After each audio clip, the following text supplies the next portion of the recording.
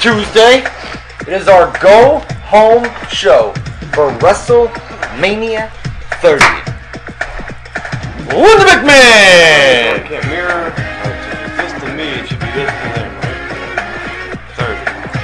30. Linda McMahon!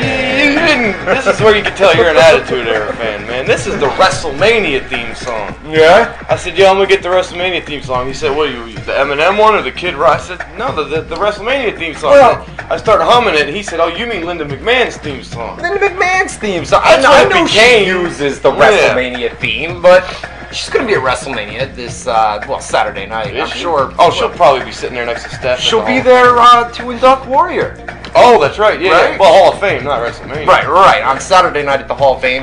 In many ways, I'm more excited for the Hall of Fame than WrestleMania. You always are. You're always a big fan Well, of the I'm an Hall old of Fame. school fan. Exactly. In this year's class, Oh, I mean, Razor great Ramon, class. Ultimate Warrior. I don't know all that much about Carlos Colon. Carlos Colon, yeah. Right. Carlos Colon. Primo, Epico, and Diego Fernando. Now listen. Carlito. Are the three of them? Are they all his sons, or is some are nephews? Okay. I think, and then some are sons. Yeah, Right. I don't know, who the fuck knows? So when you get to them big families, I know. me, I got a half sister, a mother I don't talk to, and a father I never met. That's my. Well, you know what else? family. It's like the Samoans, bro. They're all related in some way, and even if they're not related, Somehow they The call Rock is related to Yokozuna, and the related to Usos Rikishi, and all this, and not only that, warning. but even if they're not related, they refer to each other as brother Yeah. and nephew. My nephew, this, that, and the other. I mean, the Usos are in there, right, with Rock and all of them. Yeah, Superfly, Jimmy Snuka. Yeah. Who was it? It was Yokozuna, Stone Cold. I was listening to the Steve Austin show. I'm a big fan of that podcast. I need to check that out, It's bro. really good. I know you're a big Austin Mark, so I'm pretty sure you dig it. Well, he does two versions, right? The uncensored and then the... Yeah, he does the family-friendly one, I guess, for sponsor reasons. I don't know why. Because if I had the choice, I would just do one where I could be myself. Does he have commercials? Yeah, but there's like two commercials. Okay. And it's so dumb to do a commercial on a tape show. Yeah. Who listens to them? I know. You skip right past them. Nobody sits there and says, "Oh, let me hear about this tax fucking whatever." You know? He does the commercials himself. Yeah, they too, do. Right? They all do. Jericho does his, JR, and they get to put their own little personal spin on it. But he was telling a story about how all the Samoans would say "brah." Brah. And he said, he blew up, or no, he shit his pants in a match with Yokozuna once. And he Austin said, did? Yeah. Really? And he said he told Yokozuna, he says, "Yoke, we need to go home, man," or something like that. And Yoko said, "All right, bro." You know, that's all he said. But That's funny. I guess all the Samoans started saying "brah" before rappers Brah. did. What up, brah? So there's a story. God, speaking of rappers, Wale last night at Raw, huh? Wale Falarin. Right? DC. With the fan, I guess what happened was, the original story broke on TMZ.com. By the way, we got some Labatt Blues going on tonight. Give it up. Wale, I guess what happened is, he's been in kind of a Twitter war, Twitter feud, whatever you want to call it these days, with a fan on Twitter where they've been going back and forth. Well, the fan was at Raw last night, and apparently the fan went, took his seat, Have you ever seen the fan? I saw the video, but you couldn't see who the guy was. If you go to his Twitter page, which is where I got the update on the story. Is he like a grown man, or I see He's a big boy. Oh, is he? He's a big Black boy, or white? Hispanic. Hispanic looking guy. Not that it matters, but I was just wondering if it was like a rap thing I didn't know about or something. No, he said something along the lines. All right, the fan went. So it's just a wrestling mark or a rap mark that was attacking Wale? It's a wrestling fan who's a fan of hip hop who's attacking Wale. The funny thing is, though, is his Twitter handle is like something MMG Maybach. Yeah. Right? For Maybach Music Group, which is Rick Ross's and Wale and whoever else is under that. I loved Wale until he went to that group. Right? I hate Rick Ross and all that shit. I know. Yeah, Wale was the man, bro. Is 2 Chainz in there too, right? No. Or no, that's Young Money, right? I think so. Yeah. I don't know. But anyway, so the fan and Wale. Sister. I know. She's all about the Young Money. WhyMoneyNews.com. There you go. So anyways, the fan, is basically, he goes and he takes a seat at Raw last night. And as he sits down, he sees Wale walk into his... Who's from D.C., by the way. Who's from Washington, Yeah, he played D.C. football there and the whole thing. Did he play football? Yeah. I didn't know that. 'Cause I used to be from that area, D.C.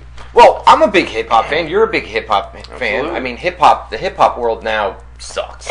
I like it. It's Young Money. I don't like the most popular radio, TV guy. I don't like them. But there's a lot of I like J. Cole, Big Sean, fucking you go on down the list, Wale, Lupe, Kid Cudi. People like that are all that bad. There's a lot of great new guys coming up. The Lil Waynes and the 2 Chainz and the Rick Rosses, the people like that, where it's all about rapping about cars and money and jewelry. And they do the chant raps where they come up with one thing and they just repeat it over and over. Right? I'm into. When I was a big fan of hip hop in the late '80s like and the Wu-Tang '90s, and all that shit. I love Wu-Tang. Right now, I like lyrics, man. I call your kind of rap dungeon rap. It's like real dark and thuggish and fucking. Well, I like lyrics, how's man. That dance go? What do you do? There it is. My people now are. Listen, I'm a big. Coming down the road. I'm a big fan of the Slaughterhouse. The song comes on the radio. He starts. Yeah. Oh yeah. Oh yeah. Okay. My thing was like this. I was always known in Florida. When I liked a song, I start going. Yeah. Oh yeah. Get into it. Yeah. I call it the face cruncher when a song's because I like soul music. When you hear like a sample with the high sped voice, I know a lot of people hate that, but I love that shit. Right. And as soon as I hear it, I'm like, ooh, and you do that face. You just start bobbing your head. I'm into Slaughterhouse these days. That's my main, mega faction in hip hop. Crooked Eye, Royce the 5'9", Joel Ortiz, and Joe Budden. Big fan of John Connor, Action Bronson, people like that. Detroit, but he doesn't like Big Sean, the best Detroit rapper. Big Sean is more like a Drake where he talks. No, he talks. Well, he talks. He does sound a lot like Drake. I'll give you that. Talks. Drake mimicked his style. I mean, I could be a hip hop rapper these days. They're probably hating this right now. Bro. Well, I could be a hip hop rapper. I'm getting the story involved. Yeah, I know. But I could do it. You put a beat on, and then I could just. Yeah, I got the money, I got the girls, I got the jewelry. Girls. My name is Ryan. You know what I mean? Bitches, whatever. They ever say girls. So, anyways, dude. But so the fan takes a seat last night at Raw. B.O.B. B.O.B. not bad. And he spots Wale, so he starts tweeting Wale. Hey, you at Raw, fuckface or something like that. What do you say? Fuck. I didn't see any of it. I just saw the clip and what you told me. You at Raw, fuckface or something. He's like, why don't you come over here and catch a stunner or something like that? Yeah. And Wale responds to the fan. When you say it like that, it sounds like he's being in wrestling shtick mode, not like seriously challenging him to a fight. Right. Catch a stunner. Whoever calls out a guy for a street fight, say, if I see you on the streets, I'm gonna get you with a stunner. No, but it got more heated. It got more heated as the fan kept tweeting. So Wale finally responded and said, "Where you at? You're talking all this shit. Where you at?" The guy says, "I'm a couple rows away from you." Wale starts looking around, sees the guy, approaches him, and I guess, according to a fan, we're going to put the live report up as soon as we go off the air here tonight. Somebody on the comments section said I was, a couple of rows away from it, and Wale went up to him and said, "You the one talking shit on Twitter?" And the guy says, "That's me." Wale fucking clocked him right then and there. You saw the clip, right? I saw it on World Star. Everybody puts the fights up and shit. I didn't know that they had a thing, but yeah, World Star Hip. Somebody tweeted it to me, and it was after the fact. It was after the fact. I thought you could see him throw the punch in the clip. He kind of slaps him, and then. But I guess security was right there and split them up, took them both out in the hallway. I guess talked to him, and both of them returned to their seats. I guess Wale was eating popcorn. That part fascinates me. Right? I know. They get into a fight in the middle of the crowd. They get taken out because they got caught for fighting, and they say, "All right, go back. Don't you do that. Don't you do that again, mister. Get out there." Little slap on the wrist. You know what I mean? Something like that. But so that's. You owe me one now. Am I going to get hit back? No, you're not going to get hit back. So that's and then what we're gonna do tonight. We'll get more into Monday Night Raw from last night. We'll talk about it was the Go Home show. By the way, this is the Go Home WZR TV Tuesday. I'm making a face. Episode. I know. It was the Go Home show for WrestleMania 30. It's the last show before WrestleMania. SmackDown barely taped. Like it's all pre-packaged. I will say that they've done a lot to build the Undertaker Brock Lesnar match. If you asked me 3 weeks ago, I would completely disagree with that. Somebody called up 3 weeks ago and said, "I don't like the build to the Undertaker versus Brock," and I had said, you had said, I like the build. You like the build. But do I think they've done a lot? Fuck no. What do you mean, dude? The last 2 weeks, last night they opened Raw. They opened Raw. Oh, they get prime positions for their segments, but they don't do anything in the segments. What do you mean, dude? They had a casket out there the week before. We've seen that 100 times, and it took up 20 minutes, but what happened? A casket got rolled out. Yeah. Open it up, not there. Open it up, he is there. Punches him, done. Do you realize that they've done this 21 times before? Not this exact angle. Is there much more you can do? Sure there is. Dude, they had the fucking most brilliant, already set build-up with that face-to-face at the UFC. Yeah. Where they were going to have... You're right. They were going to have this big personal issue, but the problem there is you got to take Taker out of his dead man character persona, get into his real life, right? And he can't really be a cartoon comic book character if he's talking about back in the day, me and Brock had this real issue about this or that. True. Because he's supposed to be a character, dead man. You're supposed to not acknowledge that he has a life. They should have brought UFC into it, no doubt. Or at least that incident, and at least told the backstory why behind the story. Like, okay, if they couldn't even get the rights to the footage, they could just build up that these two have a personal issue. Everybody watching would immediately connect with it because they remember. True. They don't even need to see the footage. How They've long already ago was seen that, though? 5 years. It was 5 years? I think so. I was going to say 2. Maybe 4 years. Really?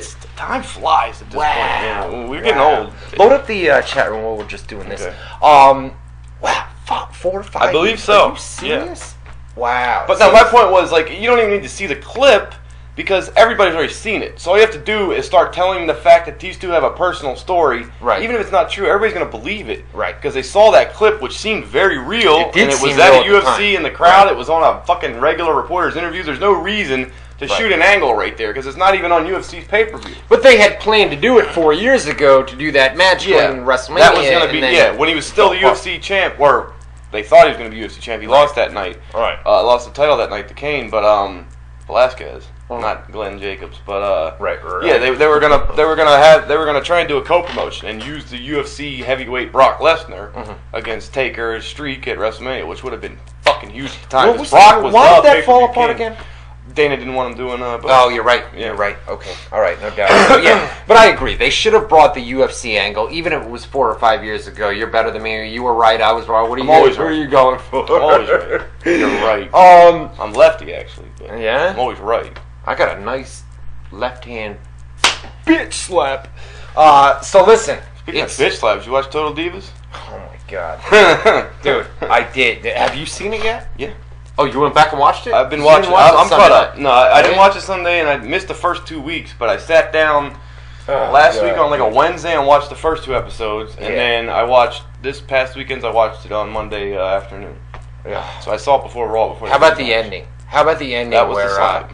That was the slap. Yeah. And it was they drew the second highest viewership. Summer Rae in the history of the show shows up out of nowhere. Shows up at Natalia's house, just out of the blue. I'm just gonna show up. She was trying to go to bury the heat or bury the hatchet. Oh my god! So unexpectedly, she just appears at Natalia's Clearly, that house. shit's set up. You got to think, right? Come on, bro. Yeah. Come on. Dude. But I mean, like, all right, maybe obviously the slap was set up. But do you think that her showing up unannounced? Well, no, all that's set up. But do they not like each other? And they're like, oh, let's build a story around that? There is. Okay, listen. We have confirmed. That's the good thing about Total Divas. You can tell a lot of it's bullshit, a lot of it's scripted and put on. But there is some real aspects to it. The thing that fucks with you is that you can tell there's seeds of legitimacy to this stuff. So you're like, well, which part? It's hard to decode. We've confirmed some of it. We've confirmed, and we put it up on the website about 2 days ago, that there is real life tension, real life heat between Natalya and Summer Rae. There has been for quite some time. I didn't even know that. Okay. And the two do not like each other backstage. Okay, so this went over to Total Divas. Even last night on Raw. Chaplin. But even last night on Raw, I mean, they did Summer Rae versus Natalya, which was a smart move coming off Total Divas, especially with the rating. Yeah, no doubt. But Natalya was working so stiff last night, man. I told people they smacked each other.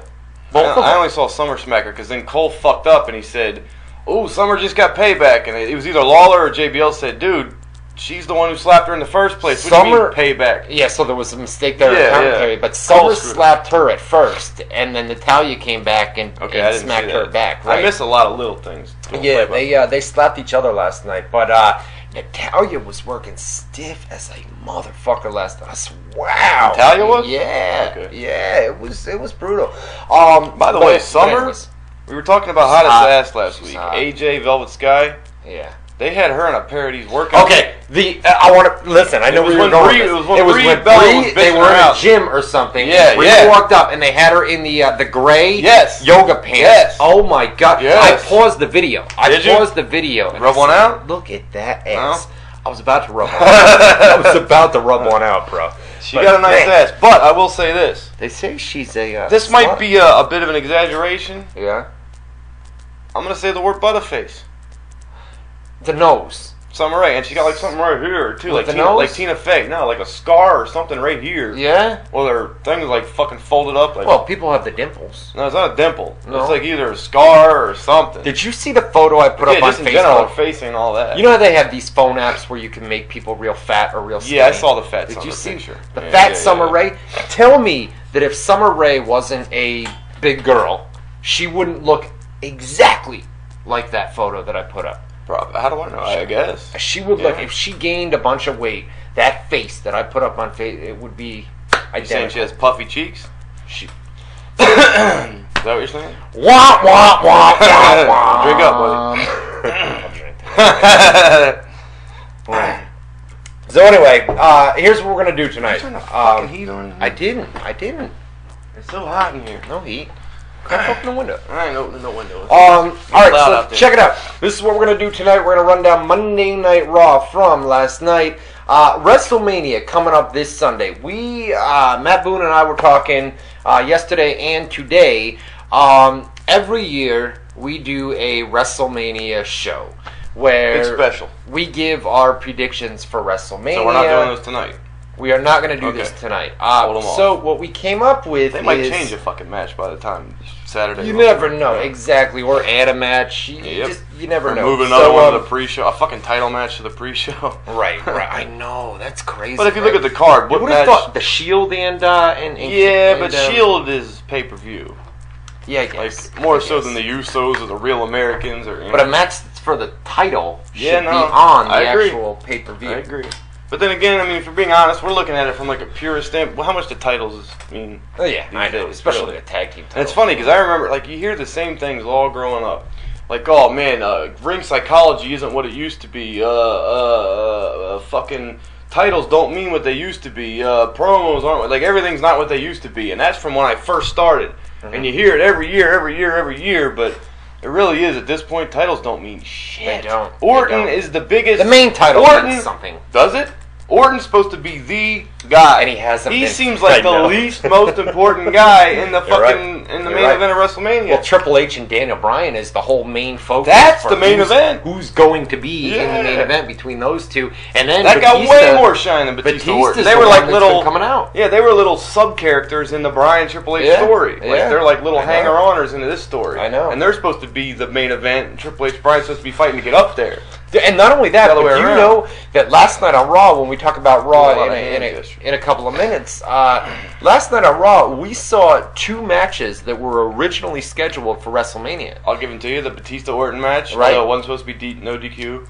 And then, because it was no DQ, and then there was the AJ Lee Naomi was supposed to be a lumberjill match. A lumberjill match at WrestleMania, and which I didn't know that until today. I knew AJ Naomi was planned. Right. I didn't know lumberjill. And Naomi was supposed to get all the divas on there for the payoff. Right. Naomi was supposed to win the title. That was a plan. I don't think they're going that route anymore. I don't think AJ's losing the title. I mean, we'll say predictions for.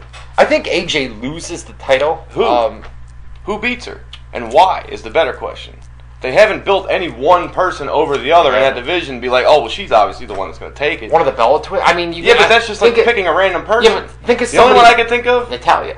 No, is Brie Bella because she's getting married. I think Daniel Bryan's going to win the WWE title. Brie wins. They both the champs. They get married. Big happy story. That makes sense. Aired on Total Divas. Or Natalya. I mean, she's the main focus of Total Divas in recent weeks, something like that. But I don't know. Bellas are the main focus of Total Divas. Well, the Bellas are clearly the main focus of Total Divas. And then I'd even go like Eva Marie would be the next. Eva Marie, based off Total Divas, when she first came in, everybody hated her. Damn, she looks good. Everybody hated her, though, right? And now it seems like she's kind of... I mean, listen, she's terrible in the ring. We know that. She's not good. But I think the Bella Twins... I mean, we've seen photos, just on Twitter and Facebook and things like that, where Eva Marie and the Bella Twins seem to have become best friends, not best friends, but good friends outside of wrestling, where there's been photos of the Bella Twins and Eva Marie just kind of hanging out together. Yeah, so, well, they were for a while they were going to the ring together, from what I remember, and now I know Eva Marie and Summer Rae, at least this season, are positioned as traveling buddies. Right. They're the newbies, as they call them, or whatever. Eva and Summer Rae. Yeah. So anyways, we're gonna get into to Monday Night Raw. We're gonna run that down from top to bottom, and then in our numero dos, we're gonna be taking your live phone calls, and we're gonna do the rapid fire segment as well. So we have planned. Oh, hello, am I on the air? Hello, am I on the air? So listen, WrestleMania. We do a WrestleMania special every single year. So we're thinking Sunday is going to be so busy with WrestleMania. Obviously, it's going to be a busy day. Who's backstage? Saturday's going to be busy too. Who's arriving? Saturday's going to be very busy with squeeze it in there. Access reports and the Hall of Fame. So we're thinking Saturday evening is what Matt Boone and I talked about.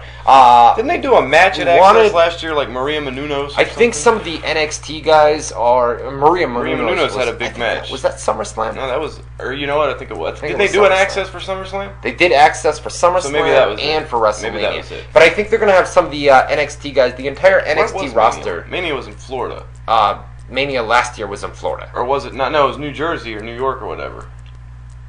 Oh, you're right. The first Roxina Rock won in his hometown. I remember the set with the palm trees and everything else, but that was 2 years ago. It was in Miami. It was in Miami, the Rock's hometown, and the next year was in NY, that was New Jersey, New York, where they had the big set. Yep. You know.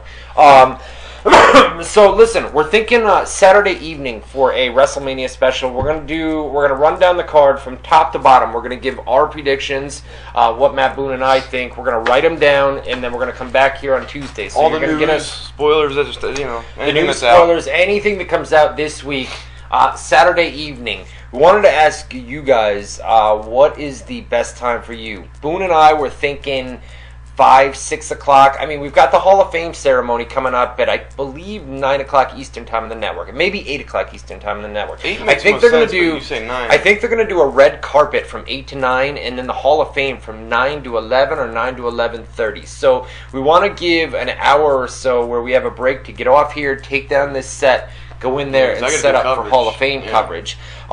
So how about 5 o'clock Eastern time on Saturday? I was going to say 5 or 6. I like 6, 7. More prime 6 time. 6 to 7 prime time. How about 6 o'clock? You got to think of that. The West Coast. Let us know in the chat. Shit like that. Because if you do 5 o'clock, that's only 2.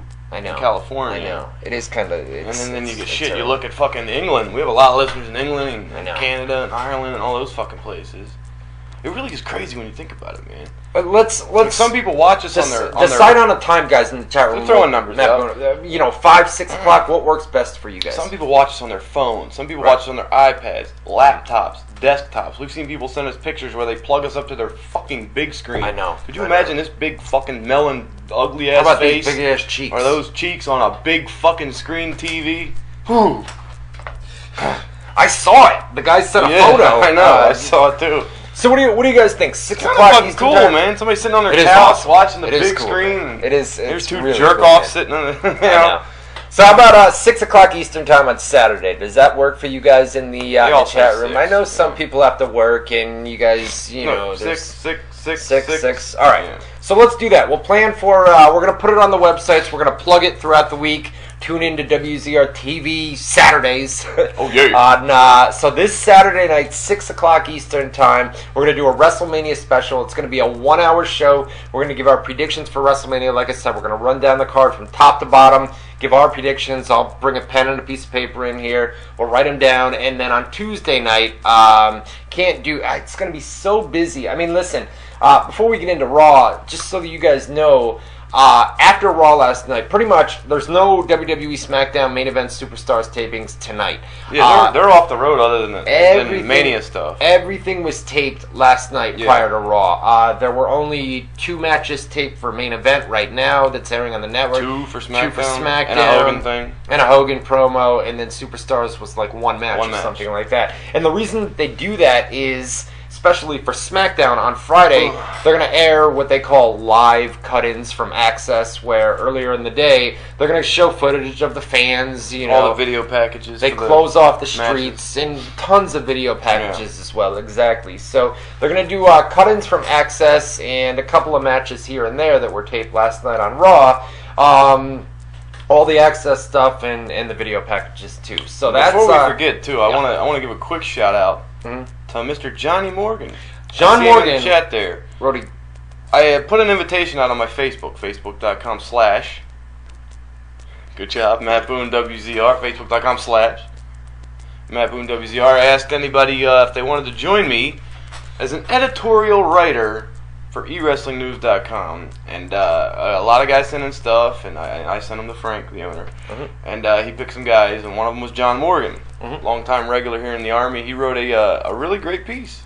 It was a really good piece up there. It was like a 3-page. And by the way, about how the internet killed the wrestling business, blah blah blah blah blah. eWrestlingNews.com, go check it out. New design, all that stuff. It's a really good piece. By the way, I don't know if you're listening or if he's listening, but Frank from EWN, you know, him and the developers, they've been working on this thing for over 6 months now. Talk about putting money and time into something. It has been a long process, and the developers, Manji and Frank and all those guys over there, they have done an amazing job, and the site launched over this past week. Really good stuff. So big props to Frank. If you're listening, brother, you know how much, you know, congratulations on everything that you guys have been doing over there. So, and John Morgan as well with that column. Very good. Very good work. Especially for a debut guy that's never really written for a website, as far as I know. Awesome really stuff. Great debut. I appreciate the shout out to WZR too, by the way. He gave us a plug in there. That was cool. We didn't ask him. I see a couple guys asking if they can write. Just send me an email, mattboone_420. If you want to write for WZR Online and Pro Wrestling Scoops as well, I'm sorry, plug the email. mattboone_420 at yahoo.com. Just shoot me an email. Try and give me a sample or some kind of indication of what kind of writing you have, writing ability, and I'll throw it over to Frank. Or hit them up on Facebook too, facebook.com/mattboonewzr as well. WZR if you want to write there. Yeah, no doubt. WZR Online Pro Wrestling Scoops. If you guys, I mean, listen, if you write like a 3-4-year-old, you know, don't apply. I mean, we're gonna check them over, and you gotta capitalize I's and stuff like that. You shouldn't think you'd have to tell somebody that, but with some of the writers. Oh man. That's right. 420 is Easter this year. April 20th is Easter? 420 is Easter this year. I didn't know that. We gotta get some weed. Let's smoke weed, man. It's Easter Sunday too, right? Oh, so it's not Tuesday. I was gonna say we should do a show on Easter.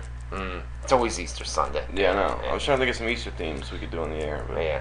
So anyways, like eggs or something. Let's get these plugs out of the way. This Saturday night, come back here, 6 o'clock Eastern Time. It's going to be all WrestleMania, all the latest news, rumors, backstage stuff, anything that we have going into Saturday night before WrestleMania on Sunday. We're going to give it to you Saturday night, 6 o'clock Eastern Time. Going to give all our predictions, run the card down from top to bottom, let you guys know what's up. Check out the official website of WZR TV Tuesdays, WZROnline.com. We are on Facebook, Twitter, and YouTube as well. Go to facebook.com/WZRArmy, youtube.com/WZRArchive, and we are on Twitter as well. Just go to WZROnline.com, top navigation bar, drop down menu, social media tab. It's got all the links to Facebook, Twitter, and YouTube. WZROnline.com, the official home of WZR TV Tuesdays. We got a live chat room on and in progress right now. Lots and lots of people in there tonight. As always, WZROnline.com. motherfucking.com/chat. WZROnline.com/chat. Get in there. Lots and lots of people in there as always tonight. Monday Night Raw from last night. We have about 25 minutes to talk about this shindig. Top to bottom, what do you think? Top to bottom. You know what, dude? It was the go-home show. There was some good wrestling. Yeah, I was like, we should do 2 grades every week now. Okay. One, as far as just because they're really. If a teacher was to grade a school paper, not even that way. Would they give 2 grades? Well, I'm looking from 2 different perspectives. I know what you're saying. You know, it should get 1 grade. They should accomplish all goals within 1 show. Yes, sir. And I won't go too long with this because I know you're worried about time. But not worried. The 1 grade, the 1 grade, because they're a real TV first kind of company now. They used to be a pay-per-view / touring company, house shows. because that was the majority. But now, like, their TV rights fees, they really got to give their TV a lot of primary attention and focus. That should be their main concern, more so than other stuff. Excuse me. But, so grade it from A, if you're just sitting there and you just want to be entertained by a 3-hour TV show. What's that grade? B, if they're trying to accomplish something, like in this case, especially in this case, they're trying to promote WrestleMania because it's the last show, it's the go-home show. So the grade for how was it just as a regular entertaining show, and how was it for accomplishing the goal of trying to use this 3 hours to drive people to say, oh, I can't wait to see WrestleMania this Sunday. I would say we grade it as far as the show overall as a whole, and then the wrestling on the show, good matches, bad matches, things. But all right, we'll do it. I mean, certain weeks they're trying to do this, and there's always a goal. Like, we're trying to get people to main event in SmackDown. We're trying to get people to the network. We're trying to get people to the pay-per-view. Right, and the goal this week was clearly it's your go-home show for WrestleMania. That's why this is the perfect week for that. I would say is in terms of pushing WrestleMania and letting everybody know, if you didn't already know already, that WrestleMania was this Sunday. I mean, every time we came back from commercial break, that's WrestleMania. That's you're talking about as far as broadening their awareness for WrestleMania. Everybody knows WrestleMania, and if not, they did a great job of making everybody know. Hey, WrestleMania. You were at the Raw last night, right? But not do people know WrestleMania is this Sunday? Is it do people want to see WrestleMania because of what they did? You know what I mean? You know the difference? Yeah. Like, sure, everybody got reminded, hey, WrestleMania's this Sunday, WrestleMania's this Sunday. But it was more like, after watching the show, when you turned it off, you're like, because if you remember in the Attitude Era, as soon as the show would end, you're like, God damn, I got to wait 7 days to see what happens next on Raw. You know, when you turned the show off last night, it should have been, God damn, I can't wait till Sunday for WrestleMania. I know. Not like, oh, shit, that's right, WrestleMania's this Sunday. And it wasn't like that. No. It wasn't like that at all, man. I mean, listen, overall, last night, if I'm going to give it one school letter grade overall, it's the go-home show for WrestleMania. I would say a C. A C. Yeah. C. I would give it a C, too. A C? Yeah, a C. Not a C plus, C minus? No. From an entertaining standpoint, a C. Building WrestleMania, B minus. B minus for For building WrestleMania, B minus. I agree with that. I was going to... If you're trying to... They gave every match at least something. Right. And every match, it seemed like the people in those matches had something to do with WrestleMania, or the announcers would be able to reference that, hey, this guy's doing this at WrestleMania, this guy's doing that. If it wasn't a match, it was a promo. Everybody got something. Real quick, load up the chat one more time, and then we'll get back to our... I just want to make sure, because I saw something come up on screen. Okay, we're good to go. Back to Raw. I thought we went down or something. Okay. The Undertaker. So they opened it up. The reason we put it up on the website today, the reason that the Undertaker and the Brock Lesnar segment opened up Monday Night Raw, the big a show on the CBS network, I believe it is. How I Met Your Mother. How I Met Your Mother. Okay, I forgot what the show was. Draws very big ratings. And that was the finale. Never seen it. I haven't either. It's the gay guy, Doogie Howser. What's his name? Is it? What the fuck's the guy's name? Not Neil Patrick Harris. Harris. Neil Patrick Harris. Okay. Yes. But they... And Jason Segel, he's in all those Judd Apatow movies. He's in there too, Big huh? fucker, yeah. Right, I know who he is.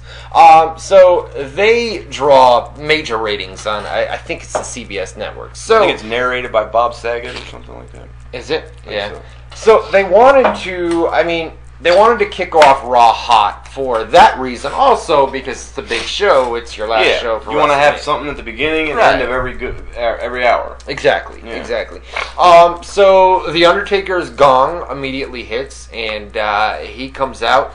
He's got a message. If you guys are calling up live right now, we're going to be taking your live phone calls in our numero dos. So just hold off for a little bit, and we will eventually get to you. 718 area code. We'll get to you here in just a little bit. So Taker comes out and cuts promo. They've got the lights dimmed. Typical Taker entrance. Sin Cara, right? Where the lights are dimmed. And, so he cuts this promo, and he says, the only things... The worst things in life are something.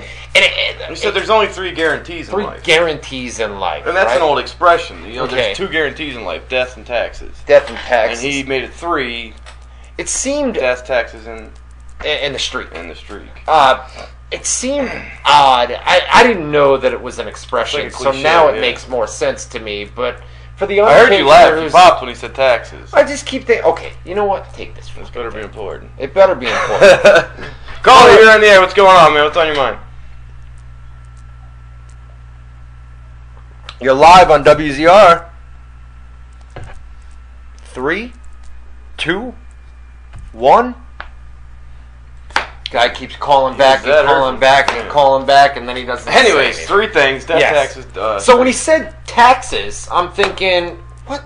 Taker talking about taxes? Yeah. And you're trying to build the streak and death. Well, it's an expression. Yeah. It's an expression. Now it makes sense. Where that's why he said it. Yeah. But okay. So anyways, he cuts this promo. You know, and he, come this Sunday, you will rest in peace. Well, he didn't get to finish rest in peace. He said rest in peace, and then Brock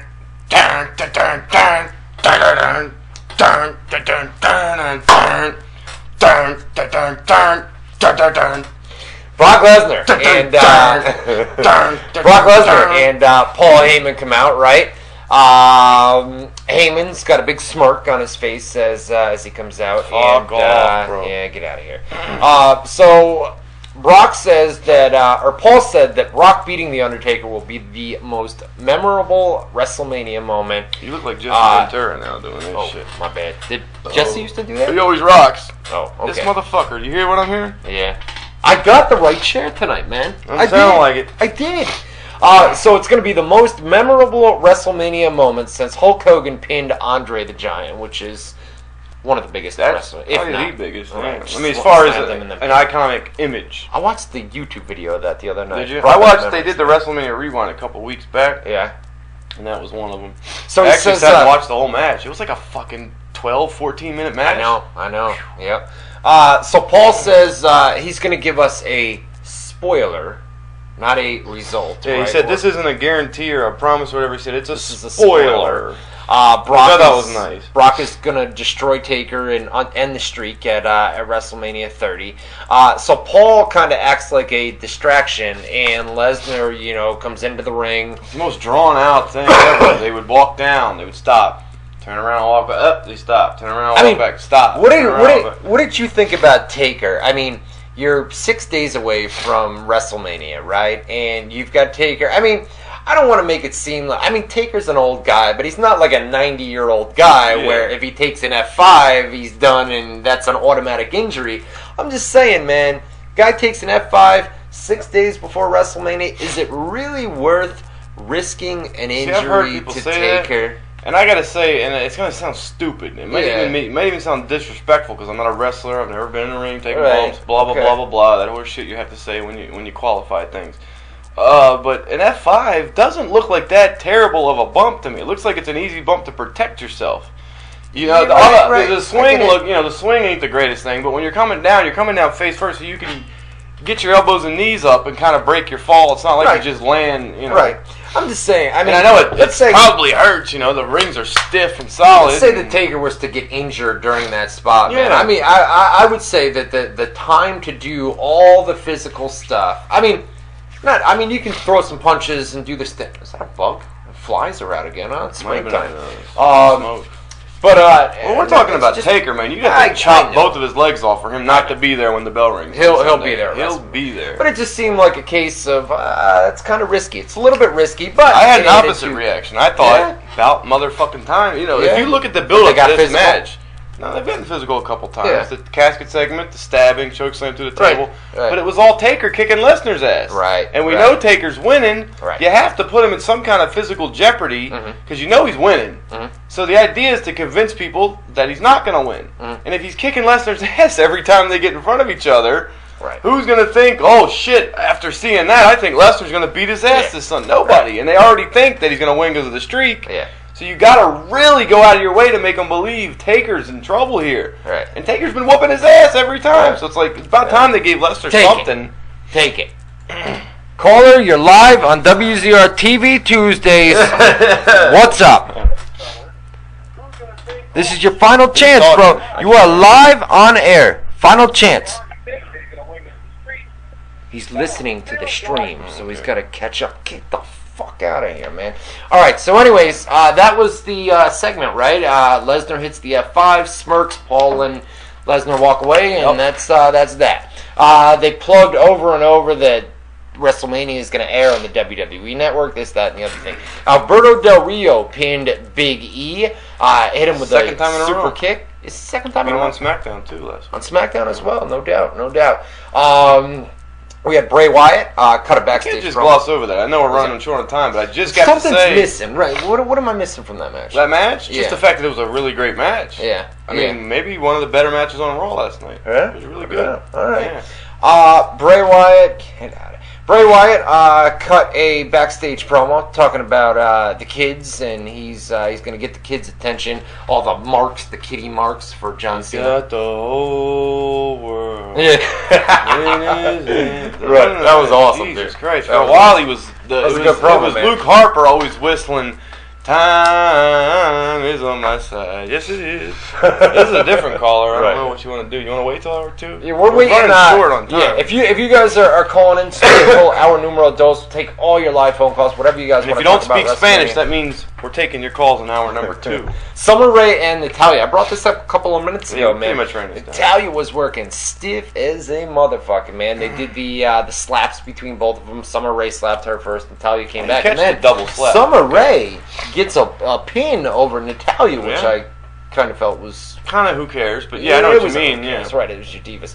How about Triple H and Stephanie McMahon? They have a farewell address to the Yes movement planned for Raw tonight. So Stephanie, this was probably one of the best. For all intents and purposes, I don't know if you want to qualify it best or worst, but it was definitely the highlight, like the most memorable thing of Raw. I'd agree. Because goddamn, Triple H was in Triple H rare form with his, Jesus Christ. And that video package, perfect touch having it narrated by Stephanie. Right. Makes you want to motherfucker. The video package. Perfect heel shit. We put the video package You're like, you son of a bitch. You're such an asshole, man. We put the video package up on the websites today. I love it. Awesome. It was awesome. It was great. I know, I've seen a lot of feedback. Like, how dare he disrespect or put down guys like Jericho and RVD, but to me it's like, he's taking all your internet darlings, right, and just like that, and it makes you want to fucking see him get his ass kicked. And guess what?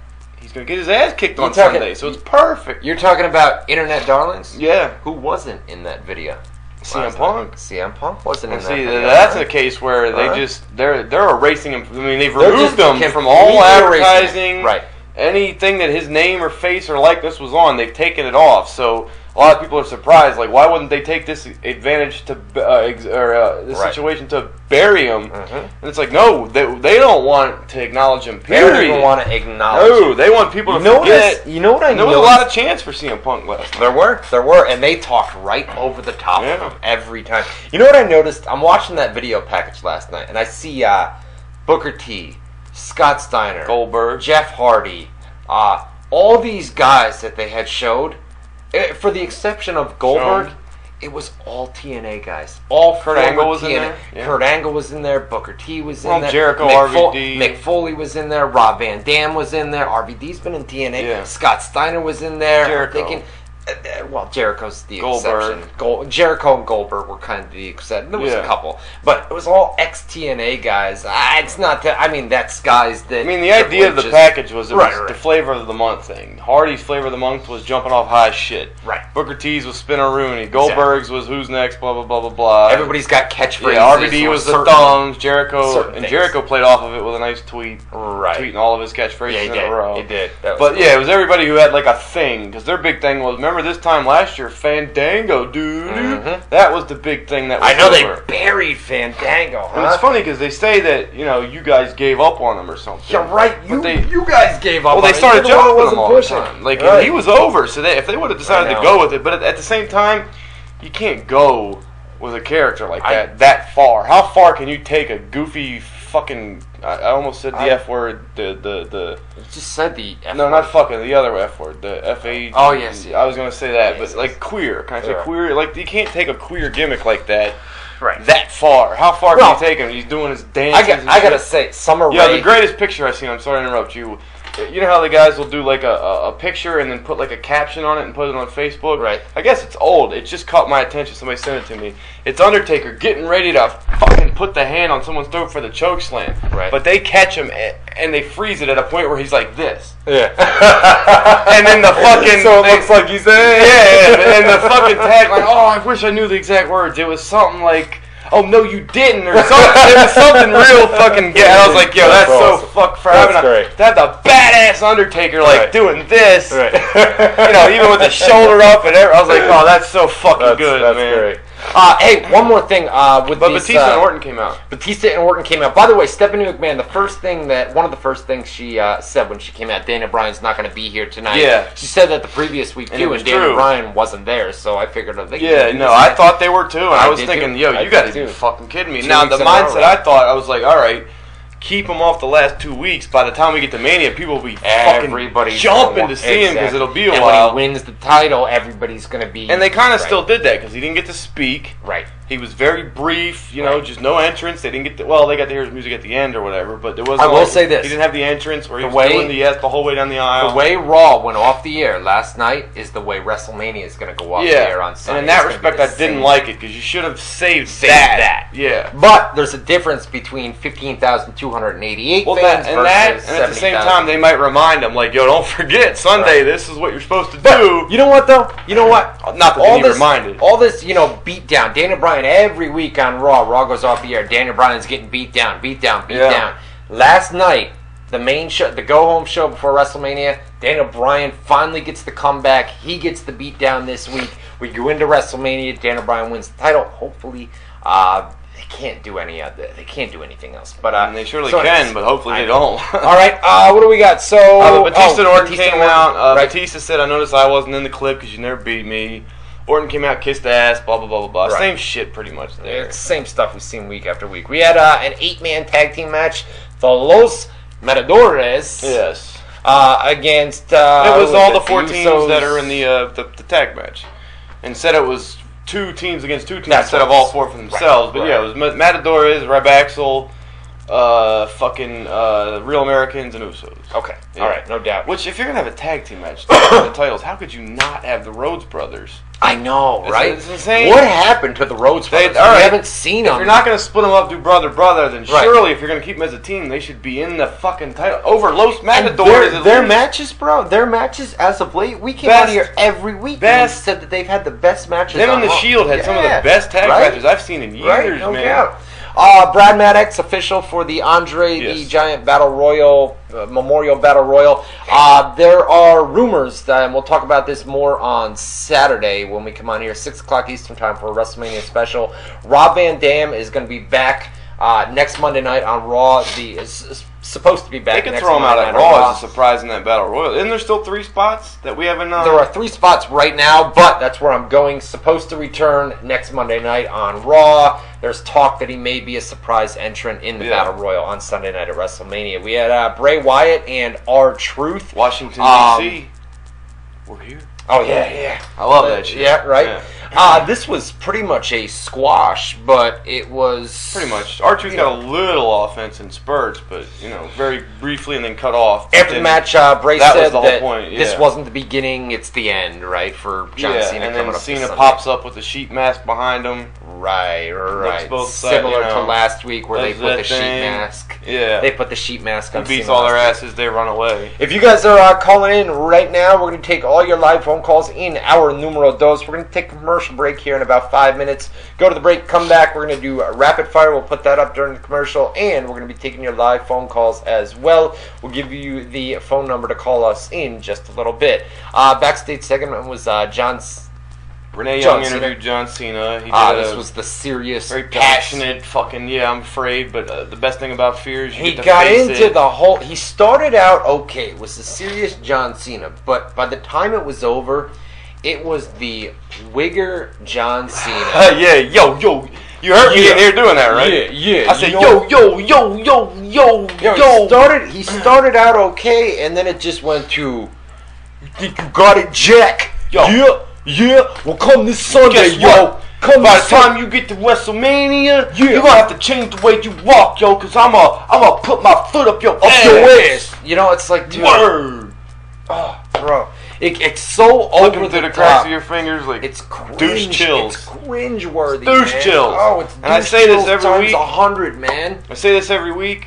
Renee Young Oh, she's so hot. Not only is she so hot, but she is really fucking good. She's very good. And you know what? I listen to the podcast she does. I watch her backstage interviews. I watch her on the panels. She's really fucking good. Her knowledge of pro wrestling is she unbelievable. seems into it. She's very into it. She was in the crowd. She did NXT commentary a couple of months ago. She did the Arrival panel, and they said that she did a great job on commentary. This is a woman on commentary, bro. We've never seen that in WWE, have we? A woman commentator? Yeah. Not a. I mean, she came out in an interview and said, eventually, I would like to be a full-time commentator for WWE. Somebody that calls Raw or SmackDown. Damn good. She's very smart, too. Very good. Somebody made a comment. I forget who said it, but they said she's the best backstage interviewer since Mean Gene Okerlund. And then when I first heard that, I just dismissed. I'm like, yeah, right, whatever. No, she's good. And then the more I thought about it, the more I watched her, I'm like, you know what, goddamn it, she might be. You did a column column on EWN. I think real quick though, she was in the crowd just like Edge for Hogan Warrior because she's Canadian. She was in the Sky Dome for WrestleMania 7, I think it was. Yeah. You did a column on EWN. I think it was a couple of months ago, and you ranked the top divas, the hottest divas, or something like that. And I told you at the time, I said, yo, Renee Young, she was up there, but you had her like 7 or 8. I still say she's about 7 or 8. But back in the time, I said, yo, Renee Young, and back at that time, a couple of months ago, you said, I don't really know all that much. I think the glaring one that I left out was Summer Rae. I think I left her out. Right. Or it might have been the other way around. Maybe I put Summer in and left Renee out. I think, honestly, Renee Young should be up there. The more I watch her, she's fucking smoking hot, Maybe number 2 behind AJ. Renee Young. You only get to see her from here up, so it's kind of hard, I've seen her on the JBL and Cole show a couple of times. But from backstage, you see her from here up. Yeah. If you do it right off the top of her head, you go AJ Lee, Eva Marie, Nikki Bella, Brie Bella, I guess. Right, there's a quick 5 or 6. Oh, Brie Bella's hotter than Nikki, man. Cameron. Brie Bella's hotter than Nikki. I like titties, so I would put Nikki. She's got the implant. Nikki's got the implant. Yeah, but they work because she's a little thicker too. Nowhere near fat, but she's got more muscle, more beef. All right. So anyway, beef curtains like Mickey James that you always point out. No, not beef curtains. Poor girl. All right, we had Roman Reigns against Kane.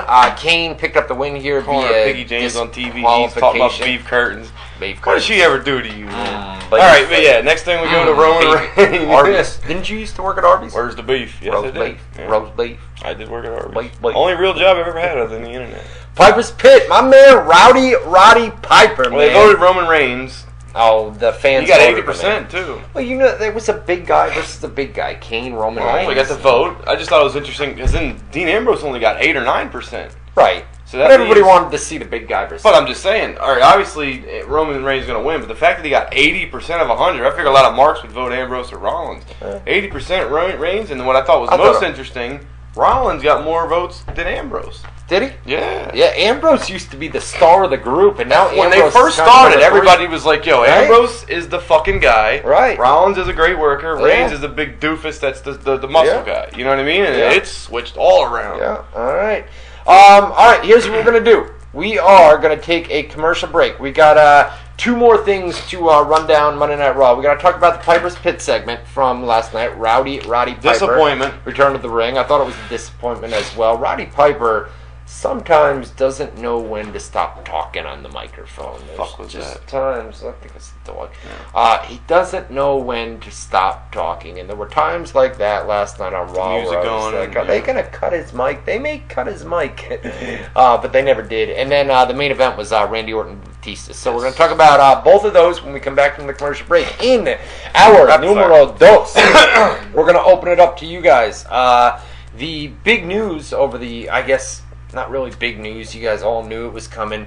The original Sin Cara Lewis, blah blah blah blah blah blah blah, was officially terminated from WWE. WWE made the official announcement. Basically, they had to wait for his contract to expire. I already thought he was gone. That was news to me. Yeah. So we're gonna come back. We're gonna run down the latest news and rumors. Stick around. We're gonna do rapid fire. If you guys want to submit rapid fire, you can go to my Facebook page, facebook.com/Ryan Clark WZR. We're going to put it up right now. I see your phone calls coming in. We're going to be taking your live phone calls in. Our numero dos as well, 518-712-3070. Cue that music up, because we're about to head to a commercial break. Coming back, we're finishing Monday Night Raw from last night, Piper's Pit segment, and the main event of Randy Orton versus Dave Batista. Yes, sir. Your live phone calls are rapid fire at Facebook.com/Ryan Clark WZR for Matty Boone. That's me. Ryan Clark. That's him. We'll be back in about 5 minutes from now. Sorry about that. We're going to have lots of phone calls in our numeral dos here. Come on, laptop. Get with me. For the time. I like to. I can't see that clock up there. Alright, so we're back here. WZR TV Tuesdays here for our numeral dos. Didn't I get what? Didn't you get laser eye surgery or something? And you can't see worth a shit. I can't see that clock there. Not the clock. Can see the clock? Can see it. I can see that. 9/14. It's 4/1/2014. Okay. Maybe you're used to your computer. That looks blurry. Dude, I can sit back here. That looks blurry. 9/14. Okay.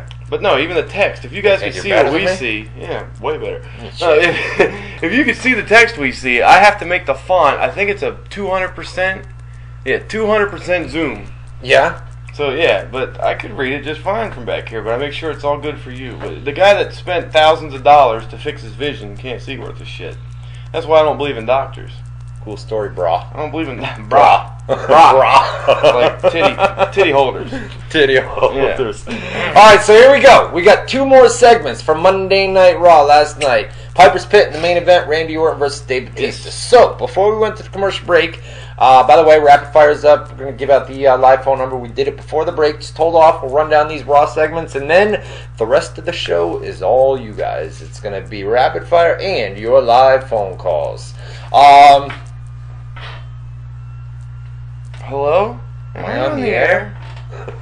These same two are. Look at them all, man. Take that 718. Next time we're going to get them. All right, Piper's Pit. Roddy Piper. Because you think you know who the 718 is. Just in case people don't know, if you're calling in, yes, we're on a couple of a minute delay here. Yes. So the words we're speaking, yes, you don't hear for about 2 minutes till after we say it because of about a minute or two. Yeah, about 80 seconds, 90 seconds, whatever. Okay. Point being, when you call in, that's the second you dial the number, you got to turn your speakers down and wait on the phone. Because the second you flash up, if we don't answer within 10 seconds, it goes away. So you'll only be sitting there waiting for the phone to ring for 10 seconds. You're not going to miss a lot of the show. You can't listen to the show while you're on the phone, because then when we pick up and you're still listening to the show, you're a little bit behind. So if you pick up the phone and you call us, turn the speakers down, and then when you hear us say, "Hey, you're on the air," then speak. You know what I mean? All right, so Roddy Piper returns to Monday Night Raw. The WWE Network, their Twitter account, tweeted right before Raw went on the air that Piper was going to be on. He was going to be on. He was going to be returning to Raw, and he was going to hold a very special Piper's Pit segment. WrestleMania 30 edition. The whole idea here was to promote the Andre the Giant Memorial Battle Royal. Okay, now you've got. Piper comes out and he praises Andre, and he didn't really get to say a whole lot of anything. He didn't get to say before The Miz came out and cut him off. Really? And they went back and forth. Really. This was when Piper was talking about who's gonna win the Andre the Giant Memorial Battle Royal, and Miz says, "Well, I'm here to tell you, you're looking for the winner of the Battle Royal. That's me." Basically. Really. Piper's big thing was, and I don't even think he knew Miz's catchphrase was "really," because every time somebody's theme song hits, he kept saying, and cut him off. He's like, "Really? I'm not done talking. Really? Really?" Exactly. He was annoyed, like obviously in character, but in character. Sheamus came out next. They went back and forth. Titus O'Neil we were supposed to get Piper booked on WZR. You didn't get him. Really? Yeah, really. Oh. Really? He's done 80 interviews since then. I haven't been in contact with Piper. Jumped that once he started doing all them interview loops. I would have jumped back on him. I'd give him a call. I'm going to give him a call after WrestleMania. Now he's going to be Piper's upset. Piper's upset that he is not going to be on WrestleMania, and then they still. I mean, there are reports that WWE's contacted every megastar Piper's a worker, the past couple of decades. No, Piper came out in an interview and said that the guy that started WrestleMania, the guy that was there with Mr. T, he felt that it was kind of disrespectful to not feature him at WrestleMania. Now, that's not to say that Piper may be working the fans, and Piper will be. He'll be in a shitty nothing happening backstage segment. Maybe I think he wants to have like a big segment with him and Hogan, the guys that started WrestleMania. Right, something like that. He He really gives himself a little too much credit. And I love Piper, but there may be a backstage thing. Hulk Hogan's the guest host of WrestleMania. Piper probably. I think he'll be in one of those. Here's like 2080 legends. Exactly. All in like a goofy comedy segment. Steve Austin's going to be in town. He thinks he should be like in a big important. He should be in a huge. Yeah. Like he had the one year. He had the Piper's Pit with Austin as his guest. Right. That was like a big deal, and then they threw Carlito and all that shit at the end. Right. But, like they let him and Austin go at it, and that was fucking awesome. Austin's going to be in town. I mean, Austin's going to be there. And Flair, by the way, real quick story. Flair during that Piper's Pit with Austin. Right. Flair was supposedly at the monitor backstage marking out. Was he? Yeah. Was he? We know that. I mean, listen. You guys are going to hear later this week. You know, there's going to be all these reports. Sting spotted in New Orleans, Louisiana. Yeah, Sting's going to be in New Orleans because he's booked for a convention. Yeah. He's booked for a fan fest down there. So Sting's going to be in town. Steve Austin's already confirmed that he's going to be at the Hall of Fame. Jim Ross is going to be there. And there's going to be all the... Is Jim Ross going to announce a match at WrestleMania? Is Sting going to appear at WrestleMania? No. I mean, listen. They want to do Sting versus The Undertaker next year at WrestleMania 31. That's well known. It's been reported on the websites. Could they do something where on Raw the night after WrestleMania with Sting already in town, could they start a tease? Do the Rock Cena thing and do a year-long build? Do a year-long build where we're going to see Sting versus The Undertaker next year? Sure, they could. Do I expect it to happen? No. I don't think it's going to happen. But with Should Sting, they? It's a different question. I think so. Not will they, because we both agree no they won't. But should they? Yeah, I agree. A year-long build for Sting versus The Undertaker, no doubt. But Sting's going to be in town for WrestleMania, so you can't rule it out. I mean, the guy's going to be in New Orleans. So New Orleans. New Orleans. There's New Orleans, and you remember the third one? New Orleans. New Orleans. New Orleans. New Orleans. Yeah, there's three different ways to say it. They could do a tease for Sting versus The Undertaker at WrestleMania 30. We'll have to wait and see. But so Piper keeps getting interrupted by all these guys, right? Everybody in the Battle Royal. The Big Show eventually comes out. Now you said last week that the Big Show, or 2 weeks ago, and I reiterated it last week. You said that the Big Show is pretty much the obvious choice, a guy that's similar. I say they're looking at it from a historic point of view. Like, historic, if it's the Andre Battle Royal. We don't need to use this Battle Royal to push somebody like Alexander Rusev. We're doing this for, historical significance. And Big Show is Andre Jr. He needs to be the first guy to win this annual tradition. We're going to get into this. We're going to debate this on Saturday, 6 o'clock Eastern Time, WZR TV special. Yes. It's going to be 6 o'clock Eastern Time this Saturday. I'm guessing... Do I think they should do that? Yeah. No. Okay. But I know why they're doing it, and that's why I think they're doing it. So, we'll give one prediction right now, and then we're just going to end it there, and we'll debate on why. You said Big Show. Absolutely. I'm going to say Alexander Rusev. Okay. He wins it. The guy's in store for a push. We've seen promos. He wasn't shown on Raw last night. I think there's a reason for that. We were just going to say our name. We'll get into it more. You got to get your little... I'll get a little campaign, too. Okay. There's your campaign. He's in for a push, blah, blah, blah. Yeah. I just told you mine. Yep. I don't think they're looking at this as we need to use this to push somebody or elevate somebody. I think they're looking at it as this is going to become an annual tradition every year. We need to kick it off with Andre Jr. And then the next year and after that, they'll start using it to throw fucking pushes towards people and shit. All right. That's my opinion. Or Big Show could win. It could come down to Rusev. Yeah, that would be a mini push in itself. Could come down to Big Show. The same way Roman Reigns didn't win the Royal Rumble, but they used the Rumble to push him. He lost, but they did stuff to make sure he got over. Comes down to the two big guys, Big Show, Rusev. Yes. And then the following night on Raw, you've got a Rusev Big Show feud. Or even Rusev, Rusev's the guy throwing everybody over the top, and then at the end, Big Show throws him over. So Rusev gets a rub, but not the win. Main event of it's Saturday night, 6 o'clock Eastern Time. You can already tell. Matt Boone and I, we're going to get into it. I know we got some different opinions on other matches, too. I know. If you thought that was a little disagreement, it's going to be good. I know some of your picks. I'm going to debate that like a motherfucker. I know some of your picks. Yeah? We're going to have a fun show. Saturday night. Yeah. That's good. It's going to be good. That's good tease, I'm just telling you. I'm being honest. I know. I'm not about teases. I'm being honest. It is. We disagree on some shit, man. Saturday night, 6 o'clock Eastern Time, WZR TV special. Please, if you guys are around this weekend, come back and join us. All right, here we go. Then we're going to take your live phone calls. Randy Orton against Dave Bautista in the main event of Raw, the original main event of WrestleMania 30. Before the crowd finally told WWE, listen, if you do this as the main event of WrestleMania, we're gonna shit all over WrestleMania. We're gonna hijack shit WrestleMania all over this match, and there's 70,000 people. We are not gonna settle for Randy Orton versus Dave Bautista. You know what my favorite thing about all this stuff is? What's your favorite thing about all this stuff? You did a Matt Boone right there. How do you keep a straight face? 'Cause that's fucking funny. No, my favorite thing about all this is there's people to this day that insist this was the plan since Cena went out at SummerSlam. This was the plan all along.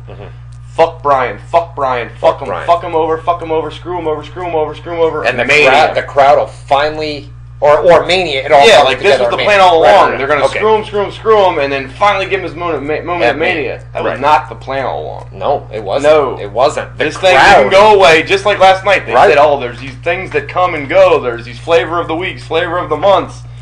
They thought they could put it off. Eventually it died down, and they could do what they thought was the right thing at Mania. It didn't go away, and they're like, die down. Fuck, we got to do it. The original plan was people that they swear, no, this was the plan all along. You guys didn't. Not. No, it wasn't. Randy Orton versus Dave Bautista was the original main event of WrestleMania, and they thought, like Daniel Bryan Sheamus was not just a rumor. That was the plan at one point. The whole Daniel Bryan thing was going to die down by the time WrestleMania came around. Weaken a little bit. Dave Bautista was going to return. Not only that, but overbearing. When Dave returned, they expected a much bigger reaction for Dave. Especially when he got that first rating. Babyface. Right. When he got that first rating, they're like, fuck, this guy's the guy, man. The guy. And he popped rating bigger than Rock almost. And then it was like he cut that first promo, and everybody remembered how bad he was on the microphone. I was saying it for weeks before he came back. I said, we all knew it. Yeah, and you were agreeing completely. But I mean, I'm writing editorials. I'm going in depth. I'm like, guys, do you not remember? He can't cut a promo. They can't cut a promo for the life of him. Can't fucking work a great match unless he's with the right guy, right circumstance. Magic happens. I know. It's not like he's going to guarantee a good match. He's not going to guarantee a good promo. Right. He's not around for the long haul. He's old. He's 40-something years old. He's getting older. Yeah. He's not as big. He used to be. His thing was he's a big monster. Now he stands next to Orton. Orton looks just as big as he does. He was never. I know, right? So he's the one thing he had about being freakishly big. Right. He don't have that anymore. He doesn't have that anymore. He's never been good on the stick. He's skinny jeans, goofy hat, sunglasses, fucking weird sweaters. Did you see? He's like Kanye West of wrestling. You didn't see the press conference this morning. I watched clips. Oh my God! On the network, Batista came out there and went to the podium, dude. It was terrible. Or no? It was terrible, dude.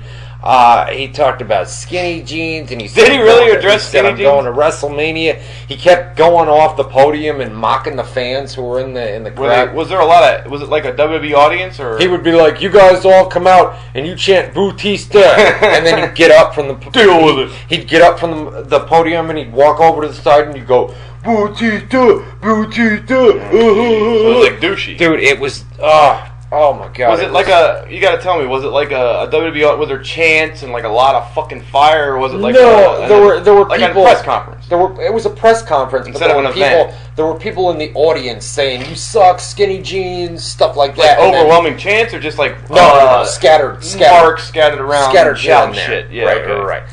So we had the main event, dude. It was Randy Orton and Batista. Good little fight. Stephanie McMahon and Triple H were on commentary. Yeah. God, Stephanie McMahon on commentary. She was basically there to sell every punch. Where oh my God! She just kept going on and on. And it was cool too. At one point, they're like marking out for being at ringside for a match, and like I forget it was JBL or Cole. Like, did you forget how cool it is to see this shit up close? You know what I mean? Right. But it reminded me. Stephanie. It reminded me of Vicky was on commentary earlier in the night. And they're great characters for being like annoying heels. Right. But when they're stuck in your fucking ears for a 20-minute, 10-minute match, whatever it is, it's like, oh God, shut up. Yeah, you know? Yeah. By the way, they're effective in what they're trying to do. Oh, no doubt. They make you want to see the guy get their ass kicked. Triple H noted during commentary, it was real quick, but he said that WrestleMania is going to open up with a flyover by the Navy jets this I didn't even catch that. At WrestleMania 30. Is it an open dome? No, it's a closed dome, and the roof does not open. Well, they'll have cameras outside. They'll show it'll kind of fade in. I'm guessing they'll probably show have a blimp shot even too. Something the like blimp that. with the camera. They'll show the jets fly overhead and then kind of fade it into the arena live, you know. But they are going to do a live flyover. They didn't have one last year because of cutbacks, government cutbacks. I remember they did it the one year, man. It was crazy. Yeah, but that was an open. And then probably fireworks going. Yeah. Probably be 5 or 6 jets that fly over in a formation. Yeah, I can feel it. But it was during the America the Beautiful or whatever they sing. Motherfucker. I wonder who's going to do that, by the way. Have they announced it? No, not yet. And they haven't put any attention on the fact that the Wyatt family theme is being done live. Oh, that's right. We had heard that. That's right. Yeah, they haven't even promoted that. So I thought that maybe Eminem would be there to perform John Cena's live entrance. They would have hyped it big. Yeah, I agree. All right, so the main event, dude. Basically, Daniel Bryan wound up coming out, and this was finally the Raw where Daniel Bryan going into WrestleMania gets his comeback. He's been getting beat down week after week after week. A little bit. I know. It's like, yo, he's supposed to be fucked up going into Mania, getting his revenge at Mania. He finally gets his revenge on the last show before Mania, which would probably mean, traditionally would mean, he's losing at Mania. Yep. I think they're doing the old reverse fucking psychology on the marks because they know that's who he appeals to, and everybody's going to think, fuck. They let him get his revenge now. That means he's losing. Right. And then he wins, and you get even more excited because you weren't. And what Boone's talking about is on the go-home Raw or SmackDown before, the actual pay-per-view, the guy that winds up coming out on top on Raw, which was Daniel Bryan last night, going into the pay-per-view, he's the guy that's going to lose. Same thing. The guy that comes out on the bottom, on the go-home show. There used to be rules in wrestling. Is going to come out on top. One of the old rules when I was a kid, this was back when they were by the book. Like, nothing was surprising. This was before Russo and all that shit started. Swerves and everything else. Yeah, before they would start going the other way, just to like, oh shit. Because everybody, it was like it was very formulaic. And like, there was always a rule when I'm talking, when I'm like 5, like a young kid. The rule was always, whoever comes out second to the ring in a match. There's 2 entrances. First guy comes out, second guy comes out. Whoever comes out second is winning. Okay. That was always the rule. Right. So there's always been rules, and one of the rules, like we said, used to be the guy who gets beat, the guy who gets to fucking have the upper hand on the last show, on the go-home show, going into the pay-per-view is the guy that's going to lose. Lose at the pay-per-view. They give him a little something before they fucking take it from him at the, That's I think what you said is they're trying to do reverse psychology, where knowing he appeals to people who think like that, like, all right, let's fuck with them a little bit. Daniel Bryan was great, by the way, on Raw last night. Came out, beat everybody down. He was awesome. Well, he did his thing, Right, and I think, like I said earlier, and we'll talk about it more on Saturday's show, 6 o'clock Eastern Time, guys. We're doing a live WZR TV special, but the way Raw went off the air last night with 15,288 fans in the Verizon Center last night. That number, you memorized it, huh? I got it. Doing the whole yes thing with Daniel Bryan doing. And they were all doing it. There was a shot they had where you couldn't find one person in that crowd that wasn't doing the thing. Come Sunday, WrestleMania is going to go off the air. Daniel Bryan finally gets his revenge. All these pay-per-views that people have spent $39, $49, $59 on, they've been fucked every week. Daniel Bryan getting screwed. WrestleMania, the biggest show of them all. The show goes off the air. 70,000, 80,000 people, whatever it is, with the whole yes thing and Daniel Bryan in the middle of the ring. The pyro explodes outside the arena, and we fade to black with Daniel Bryan in his That's field. The lasting impression you get. That's what it's going to be. And there's 2 things I have to say about that. One, and that's all I got to say about that, Forrest Gump. Now, there's 2 things I got to say about that. One, run, Forrest, run. A lot of people were saying, everybody's saying the last thing we're going to see. You never know. The last thing we're going to see is what you just said, and we agree on that. That's not one of the things we're going to be debating. Excuse me, this Saturday. That's not one of the things we're going to be debating. But a lot of people have been saying, like, yo, they've got to do something to make people say, oh, man, what's going to happen on Raw? And maybe they'll fuck them. I don't think that's going to be the case. But just to get that out of the way. And I think Vince comes down and screws Triple H, by the way. But that's a great idea, especially because we've heard he's coming back. But I haven't heard a lot about that since the first thing we heard. Okay. Now, that's a whole other story. But not to pat ourselves in the back too much, but if you go all the way back to SummerSlam, the story was Cena gets injured. He's shelved. They need to find a new guy. It was SummerSlam. There might have even been a show before SummerSlam, but I think it was SummerSlam.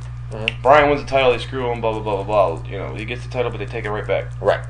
We were sitting here saying, and I forget the circumstances completely as far as specifics, but we were saying, and you agree with me, that, guys, they're going to, and it turned out to be what they did, but like we just mentioned, that was not the plan all along. We were saying, what was Summer saying? August, September, right. October, November, December, January, February, March, April. 16th. We're talking 7-8 months ago. Right. We were saying, what if they save this thing all the way to Mania? All the way to WrestleMania. At the time, it sounded retarded because you're like, how are they going to save it for 8 months?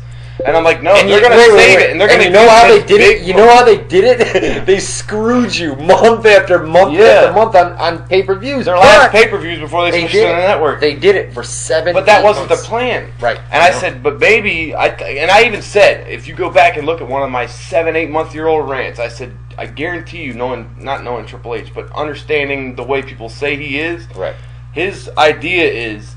He's telling people backstage, why don't we save this Daniel Bryan moment? Thinking that for it's going to die off. Thinking that it's going to, by the time we get there, it'll be over, and I won't have to actually go through with it. I won't have to do it. You know, but this continued for 7 months. It's a perfect sell to the creative team, to Vince, to everybody else. Like, yo, let's wait till Mania. Right. If he's going to be the guy, let's wait till Mania. And you know what? Give him this big moment on the biggest stage possible, biggest title, all that folly at once. Thinking by the time we get there, nobody cares, and we don't have to do it. You know what? It didn't work. It fucked you in the long run, and now.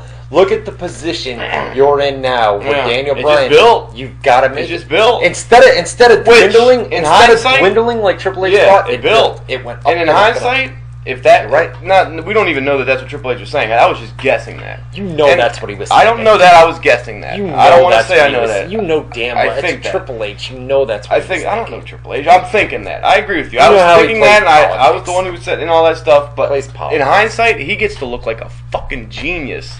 In the end, right? Because, like, yo, didn't I tell you? Here we are, Mania. Didn't I tell you? We're going to wait, hold it 8 months, and now look how big it is. But inside of him, he thought, hopefully this shit goes away. You know what I mean? Let's do everything we can to make him seem like a troll, and he's not a. They didn't want Daniel Bryan as WWE World Heavyweight Champion. You could clearly see the face of the company was the whole gimmick back then. You could clearly see that they tried everything to try to bury this guy week after week on Raw, on pay-per-views. It wasn't. They tried to bury it. If you can't see that, they tried to bury the shit out of it. There's two different distinctions. There's a way to bury somebody in a storyline, right, to where you want him to get his thing, and then there's a way to bury him where you're like, you're just fucking burying him in general. Right. They were just fucking burying him in general. Calling him a troll and doesn't have the look and small and tiny. All kinds of shit. I mean, it would take forever to list all the examples and the stuff that they did. Their little tricks here and there, but they did a lot of shit.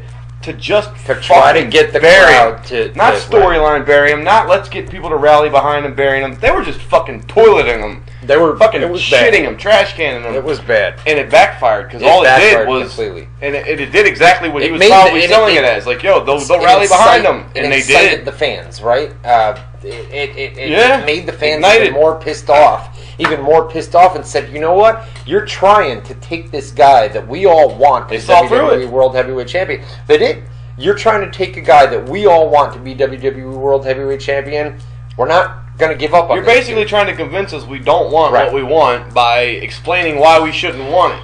It's almost... Motherfucker, we know what we want. You can tell me... Three different ways, seven different ways. I know what I want. I like the guy. It's 2014 now, man. It's not the old times. Not only that, but CM Punk is another case. And granted, it's kind of dwindling down now as everybody kind of sees. That makes me sad.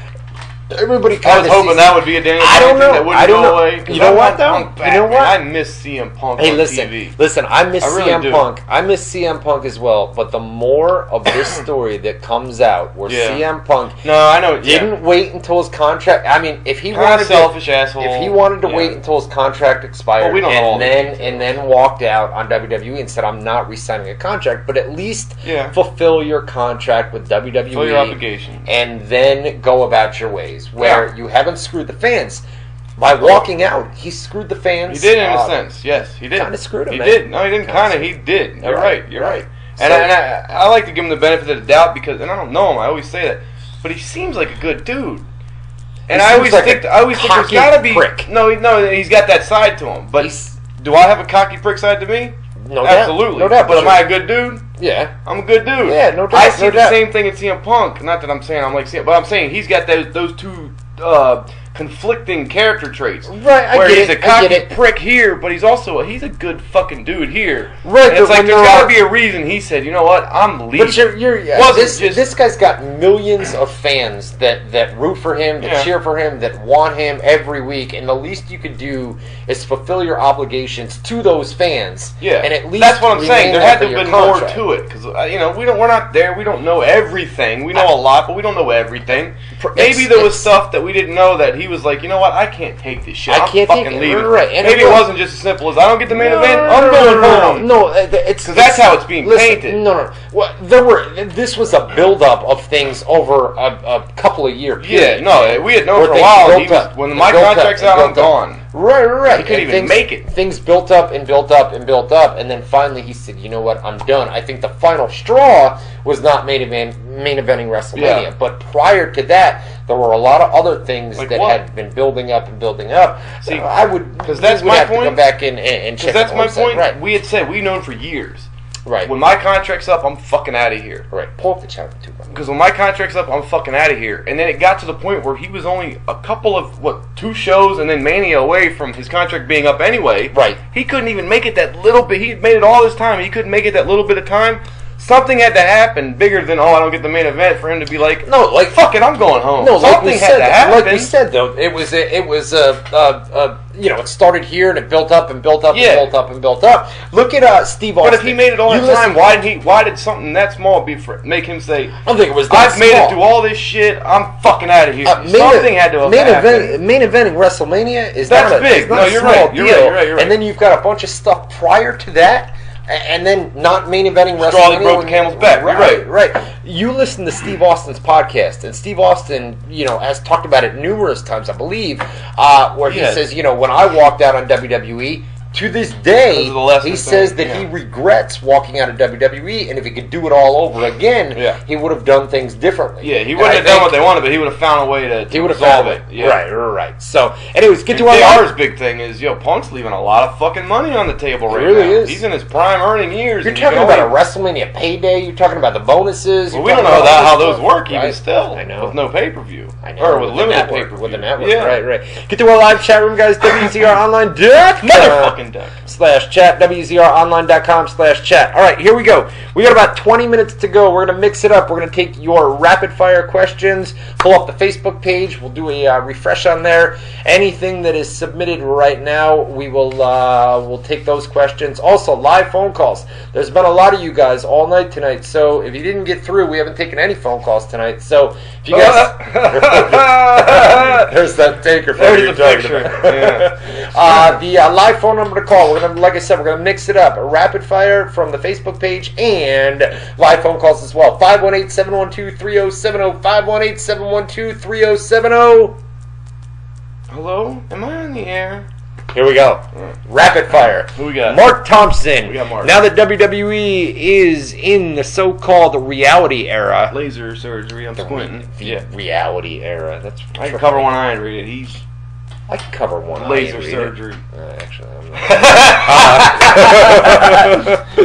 not. What exactly does that mean? Well, it means that Triple H cut a promo last week on Raw and said we're in the reality we're not in a reality era. It was just a storyline. It was a storyline. I mean, we kind of are in the reality TVs all over the place. But that's what's his question? It says, "What does that mean?"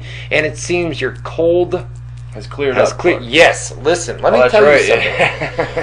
On Sunday, today's Tuesday. On Sunday, Matt Boone wakes up in the morning. He comes in. Wakes up in the morning. Saturday night, I went through hell. He says, "Dude, I feel like shit today on Sunday." And I said, "Damn, bro, I hope I don't get it." Saturday night, I puked 5 times. 5 times. And I was shitting too. Yeah. To the point where I'd go in and I'd puke, and in the middle of puking, I'd have to fucking shit so bad. So I'd grab the trash can, I'd turn around, sit down, I'd be starting to shit, I'd be puking and shit at the same time. And this happened 5 or 6 times. Really? That's the story, and I was fucking disgustingly sick. Pretty graphic story. Yeah, well, listen. But, so I was terrifyingly sick. Yes. And then Sunday I told you I'm sick. I wake up Monday, Crystal clear. Good Everything's to go. good to go. Like it never happened. I couldn't believe it. I had didn't take any medicine. I had said to Boone, and you were sleeping all day. You were taking naps. I went to bed at like 9. You were a wreck. I stayed up till 3, 4 usually. I went to bed at 9. On Sunday. So I had said on Sunday, I said, man, I hope I don't get this. I go to bed Sunday night. I woke up barfing that night. I woke up at about 4 or 5 o'clock in the morning on Monday, right? Yesterday. I went in the bathroom, dude. I was puking, man. It was coming up. I go back to bed. I wake up Monday morning, dude. Kind of graphic. My body. Yeah. I'm not talking about pooping and diarrhea and. I didn't say diarrhea. I said shit and puke. No, it's just regular poop. Well, it's diarrhea now that you talk about it. Yeah. All right. So, anyways, Monday, I wake up. I couldn't puke. I had to puke. It would get to my throat, and I'd choke on it, and I'd have to swallow it, and I'd spit little chunks out. It was bad, man. So anyway, I wake up Monday, bro, and I'm foggy. Had it all day yesterday. I'm foggy. I can't. You feel weak. I can't move a bone in my body, dude. I'm sitting there trying to type it. And we had played basketball the night before all this, so we're sore as shit already. So I'm taking Advils, and it seemed like every time I took the Advils yesterday, I would feel a little bit better as the day went on. Did that. Later in the day, during Raw last night, I started feeling a little bit better. Yeah. I woke up this morning. Gone. Like it never happened. So it was like a 24-hour I've heard bug. of those. I've heard of the 24-hour bugs, 24-hour colds, 24-hour flus. I've never had one. Yesterday was my first time. Brutal for me, dude. I sat here yesterday like, wow, dude, this is terrible. It was fucking torture. And right away in one day. Good. It was great. Anthony Remy says, do you think any NXT wrestlers will debut after WrestleMania? The entire NXT roster is going to be at WrestleMania. Okay. They're going to do some autograph signings at Access. At the Access. Probably some matches. You know how they normally they got a 2-hour pre-show. Right.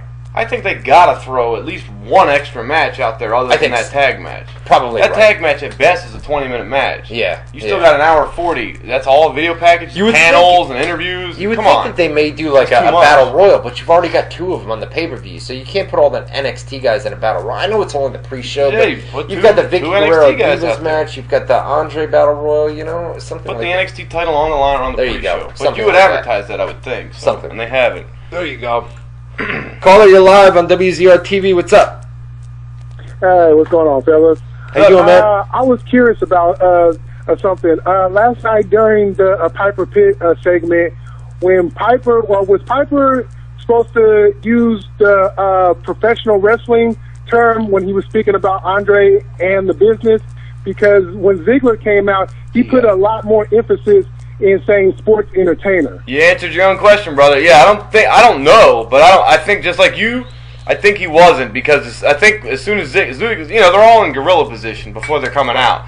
I'm sure before Ziggler went out, they said, and fucking emphasize sports entertainment when you get. So when he went out there and he's like, sports entertainment, and he said it real fucking thick right in Piper's face. Where did Piper reference pro wrestling numerous times, or just once? But he said it real passionately when he said pro wrestling, and then Ziggler said it even more passionately when he said sports entertainment right in his face. Okay. Yeah, I'm pretty sure he was told. All right, thanks for the call, dude. Appreciate it. 518-712-3070. 518-712-3070. Here's one from Jason Hansen. He's also got the photo of the Undertaker you were talking about earlier. That's not the exact one. There was a different quote on it, but that's the right picture. Says like that. Yeah, it says you go, girlfriend, on that picture. All right, he says, Jason says, I'm really looking forward to WrestleMania this Sunday. I think Taker, Lesnar, and Bryan Triple H will steal the show. I agree with that. Which match or matches do you think will have people talking about the next week? Talk about it briefly here, but we're going to do a live WrestleMania special this coming Saturday at 6 o'clock Eastern Time. Hopefully you guys can join us for that. We'll be putting notices up on the website to remind you guys. A few matches. I think the tag team match with the Shield and it'll be good. Outlaws, Kane are involved. Oh no, that one? Yeah. I don't know, man. Kane and the Outlaws, they're all over 40. I think the Outlaws can still work a good match. The Shield can carry a match. If you let Gunn can't handle most of the match and have Kane do big man shit. You're right. And then do a big schmoz. We'll do Kane, Roman Reigns. They're going to do the big man spots like they did last time on Raw, build up to it the right way. He also thought, Jason also thinks the end of Raw was awesome last night. It was an Attitude Era style beatdown by the face on the heels. Similar. I think there should have been more. I mean, you had Bryan just beat up somebody, and that's I don't know. And then he put the photo up and said, "You're welcome, thank you." Brad, another photo. What's look that at one? this. Renee I gotta Young make that and one Matt bigger. Hold Boone on the porch. Hey, look at that. Renee Young and Matt Boone on the porch I out tell here. you right now, I'm looking. That looks pretty good. What looks pretty good? We make a good couple. That's a hell of a Photoshop right there. I think me and Renee should fucking meet up for dinner sometime. What do you That's think? a hell of a Photoshop. I can't even tell it's not real. It does look kind of. I mean, you can tell it's not You can real. tell by but the it's- arm there. Yeah, there's a little black shading right here. You're but looking other too than much. that, That's That's damn good. that looks. The And dude, what's even dude better- on the right hand side looks like the ugly. And what's even better is, those are two good-looking son of bitches. We should go out and. He also says April Fool's Boone. Yeah, he said, Bitch. "I'll just leave this here, April Fool's Boone." His question is, You Brad. could crop out the dude on the right hand side. Okay, Brad Fastuca. How do you say that name? Fastuca. Did WWE miss the opportunity with Sami Zayn or Zayn? Sami Zayn versus Cesaro at Mania, or is it something they should save? I think they missed the opportunity to do Cesaro swagger. I think At they should have WrestleMania. brought Sami Zayn into WWE with this old Ring of Honor gimmick. El and Generico or El Generico. Generico, Yeah. and get the crowd chanting "Ole, Ole, Ole." Well, they do that with all that Matadors stuff. now. Sami Zayn, yeah, I know. So we're have him join the. But if they missed an opportunity with anything involving they've got the Cesaro, mask too, so bring. with anything involving Cesaro at Mania, they started the thing. Cesaro Swagger and breakup. Cesaro, That and would have they been the perfect. completely right. They dropped. Well, they didn't drop the ball. They just went against. They They decided not to do completely it. dropped that angle, man. Yeah. The whole tension between the two. Tom Nelson, hey guys, do you think WWE will ever split the WWE and World Heavyweight title because Orton still carries two? Yes. We talked about this before. There's That's a a lot. reason. I think there's a reason why Orton is still Well, there's two carrying both reasons. those titles. The first reason's merchandise. Right. If you can make money Replica selling two belts titles instead of and- one, that's right. double the profits in theory. Right. The second would be, they got to leave the window open to split it, and if they want a touring WWE champion, a touring world champion for house shows, whatever, Right. that's more money too. 518-712-3070.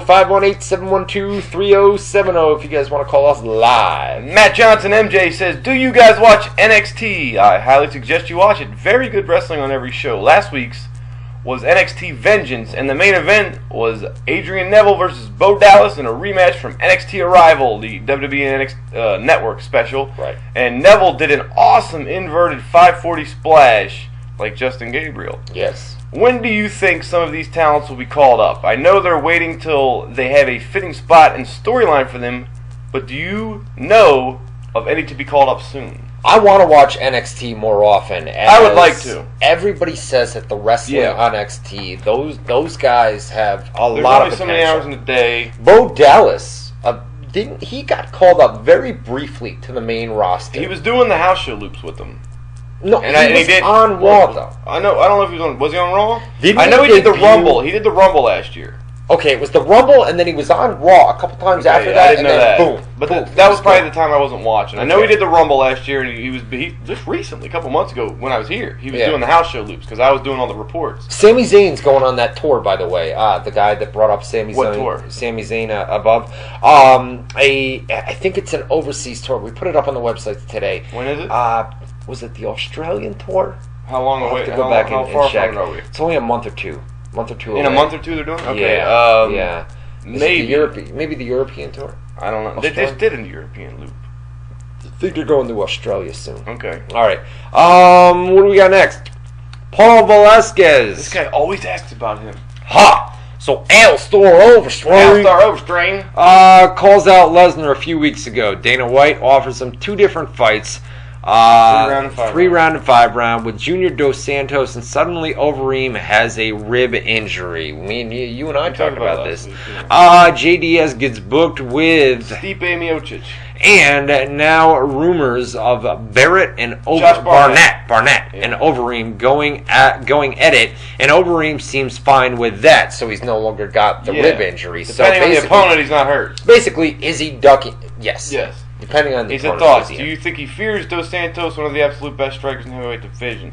What's the reason for the rib injury? And then he says, "Oh, I'm okay Overeem to was a fight K1. Barnett." Overeem was a K1 champion, Uh-huh.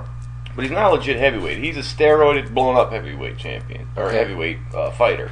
All right. Dos Santos is a legit heavyweight, so they're both great strikers. But Dos Santos would be like fucking if they're in their natural weights, take steroids and all the fucking inflation out of the fucking Right. Dos Santos is much bigger, much stronger, etc., etc. So is Overeem scared of JDS? That's you have to think that's what he's asking. But I mean, Overeem's got a more dynamic game because he's got Junior Dos Santos hit that spinning back kick on Mark Hunt. But for the most part, Overeem's got the knees, the kicks. He's got all that kick. Why would he say? Dos Santos is just a really good boxer. Right. But then he had that fucking. But why would Overeem say, "Oh, I've got a rib injury, I can't fight JDS"? Because of the styles. If you look at the style, so he's scared. Well, yeah. If you look at he's worried. The Right. style matchups. If he fights Stipe, well, no, because Stipe Miocic is a great fucking striker. Maybe he just doesn't think he's on his level yet. I don't know. But if you look at Barnett's a bad motherfucker, but he's not a great striker per se. I mean, he's got striking, but he's really a wrestler submission guy. To answer Paul, something's fishy. Yeah, no, he's definitely, and Brock's just a wrestler. So there's guys he's like, I can handle him. Junior Dos Santos. Yeah, my rib hurts. Right. Yeah. What do we got next from Vincent Nugent? Says, that doesn't make any sense. Regarding Razor Ramon's induction into the 2014 WWE Hall of Fame induction ceremony, would you rather have Razor Ramon, Scott Hall, neither, or does that not really matter? We're going to get them both. We're going to get them both eventually. I mean, the story we heard, this rumor, is that they want to induct the NWO. Right. Maybe not next year, because the idea is The Rock next year. And NWO is like a main event kind of induction. You don't want to have him play second fiddle to The Rock. Right. And if you're going to do the NWO, you might as well save Scott Hall for the NWO. For the NWO, do his WWE character. Now, plus, real quick, this is the year of character inductions. Right. Jake the Snake, Ultimate Warrior, Lita. Right. You know. You're right. Who inducts? It's got to be Nash. Nash, right? It's got to be Kevin Nash. Or Shawn Michaels. Or Shawn because of the ladder match. If they're doing the WWE character shit. And if they're going to induct the NWO with Kevin Nash later, would they want Nash to induct Razor? Not that it matters all that much, but all right. Yeah. Because that would even refresh, you know. Right. What do we got? John Morgan, great column by the way, great brother. Writer. Is the Andre the Giant Battle Royal Memorial Battle Royal going to be done in the Royal Rumble format, as in eliminations over the top rope? No, everybody comes out every 30 seconds. No, they're all going to be in there, and it looks like they're going to start with everybody right, like throwing them out. Chris Brady is up next. And Chris Brady says, my question is, are they planning surprises for the Andre the Giant? It's only three spots to remain. Rob Van Dam's been rumored. What do you consider a surprise? Like 3 guys that aren't announced that end up in the match. That's a surprise technically. Right, now, are you looking at big surprises like RVD, Chris Jericho, like oh shit surprises, or just like oh we didn't know he was in there surprises? There's gonna be 3 oh we didn't know he was in there. I'm gonna say they're not confirmed yet. I'm gonna say your surprises are gonna be JTG. Kurt Hawkins. Can you believe JTG's still on the roster? I know. Fucking like a year or 2 ago, we're talking about friends with him too, I man. know. I can't believe he's still got a. He's just sitting at home collecting a paycheck, man. JTG, Kurt Hawkins, and Rob Van Dam. Is Kurt Hawkins still on the roster? Kurt Hawkins is still there, brother. Wow. He's another one. No, he's opening up the wrestling school and all that shit. I thought. Santino Morella's got a wrestling school too. Yeah, but I thought he was doing that because Kurt Hawkins still on the WWE roster. I think we'll see one. I think RVD might be. I think RVD might be thrown in there. I don't know. What we got here? Arturo Velasquez Jr. is what we got here, and he says, will there be a major screw job at WrestleMania 30 in any kind of the match? If there's going to be one, I think Vince screws Triple H in the Daniel Bryan match, and we see a Vince versus Triple H feud the following night. It begins on Raw. They've been wanting to do this for quite some time. I say they go a different way. Does Vince return to WrestleMania? No. Okay. But if they do what you're saying, I don't say they do it in the Daniel Bryan Triple H match. I say in the Batista Orton Bryan match, Triple H comes out to screw Bryan. Vince makes the save. Vince makes the save and takes out Triple H. There you go. And then you fucking then you tune into Raw, and that answers the question earlier. I just asked you, does Vince? No, I said no. But I said if they do what you're saying, that's how they would do it. Okay, they wouldn't do it in the first match. But you don't think that any of that's gonna? No, no. I don't think they'll do that. All right, but if they do, that's how they'll do it, and that would answer the question that we addressed earlier, where somebody said if Bryan wins, they do and that's the whole thing. What are you tuning into Raw for? You got to give somebody like, oh shit, what's gonna happen on Raw? Right. That would be the thing, because Triple H comes out, Vince fucks Triple H. What's going to happen between what's up with that right, on Raw, you know? That makes sense. What do we got? Kevin Espergezi. What do you call someone with nobody and no nose? With no body and no nose. Oh, with no body and no nose. Nobody knows. Nobody knows. You get it? No body. no knows. What do you call him? Nobody knows. Yeah, let's give him a golf clap. You doing the circles? Yeah. Oh. Circles are round of applause. Oh, is that what they say that? Yeah. Do people really use to clap like that? Round of applause. What the fuck? Who would do that? It's a joke. Oh, I thought that's where the name Round of Applause came Round from. of Yeah, I thought it's like rounding up applause. Okay. I thought you were just informing me something there. Christopher Brown says, okay, for argument's sake, let's say they give Bryan his WrestleMania moment. How long before fans look for the next Daniel Bryan after the excitement of his big WrestleMania win dies down? This isn't a bashing of Bryan as much as it's long-term planning once the hype over his winning dies down, he says. Daniel Bryan's always, if he keeps doing the yes thing, the crowd's always going to react to it, and if they see him as WWE champion, I think, as long as the crowd reacts, I think Daniel Bryan is in for a fairly, I'm not going to say a real long run, but a decent run with the WWE You never know with these kind of guys. Now, it's a matter of can he switch it up when it starts to go, because it's clearly doing this right now. Right. When it starts to either do this, level out, right, or when it starts to do this, can he switch some shit up and get it going again? Correct. He seems like the kind of guy. I think he can. He's a fucking wrestling guy. You know what I mean? And if anybody could be like, yo, he's got such a passion for the wrestling business too. Dude? And he works his ass off. You can tell he's a hard worker. Right. People always debate who's the best in-ring worker, and that's like, oh, who has the best moves and matches? Right. No, it's who gets over with the crowd the best. And Daniel Bryan, against all odds, got over like a motherfucker. He's over like Rover. Right. That's a best worker. He's over like Rover. Move over, Rover. Because we're going to Dover. Stuffing Stover. What was the Stover thing? Some rapper Wale. Read the fucking next one, man. What are we doing? We're going overtime. Want to give him 5, 10 extra minutes? Go, man. No SmackDown tapings tonight. We'll give him 5 or 10. Vincent Nugent. Boy, if they would make these things 1 or 2 lines like they're supposed to, it would be a lot. It would make things so much. And Vincent Nugent, we tell him he's the same offender. He's the repeat offender. It's like, dude, you know what we should do? If we tell him, you're gonna get mad at me for saying this. No, I say you're gonna get mad at me for saying this. No. I say that we say. I say we stick Rygal on his ass. We stick Rygal on his ass. Tell him the fucking rules. Rygal, tell him. Rygal seems like the fucking. He knows the rules. He's the chief in charge. What are our rules again? You fuck with the army. You fuck with Rygal. Do we have rules? Rygal makes the rules. All right. He makes them. Well, read this. That's so Rygal, you tell this guy Vincent Nugent. That's the other guy, Acer. That's Acer in the chat. You tell this Acer cat. Make him 1 or 2 lines. 1 or 2. So if Acer comes on here on Saturday, he's gonna listen to Rygal. If he comes on here on Saturday and he does anything longer than 1 or 2 lines, we skip it. We skip it. This You've said that many times, but he's always got good questions. It's the fucked up thing. I say we skip it. Because I want to talk. I didn't even read it. I didn't even read it, but I see ESPN2, HBO Boxing, so I know I'm going to want to talk about it. If you can't understand the simple concept of making things 1 or 2 lines, but I'm actually paraphrasing. It's like the phone calls. If you tell people, "Hey, wait until hour 2," they keep calling in hour 1. But I'm skim reading right now. Once you get reading, you'll understand why it seems as long as it is. There's a lot of names. But could he take that paragraph?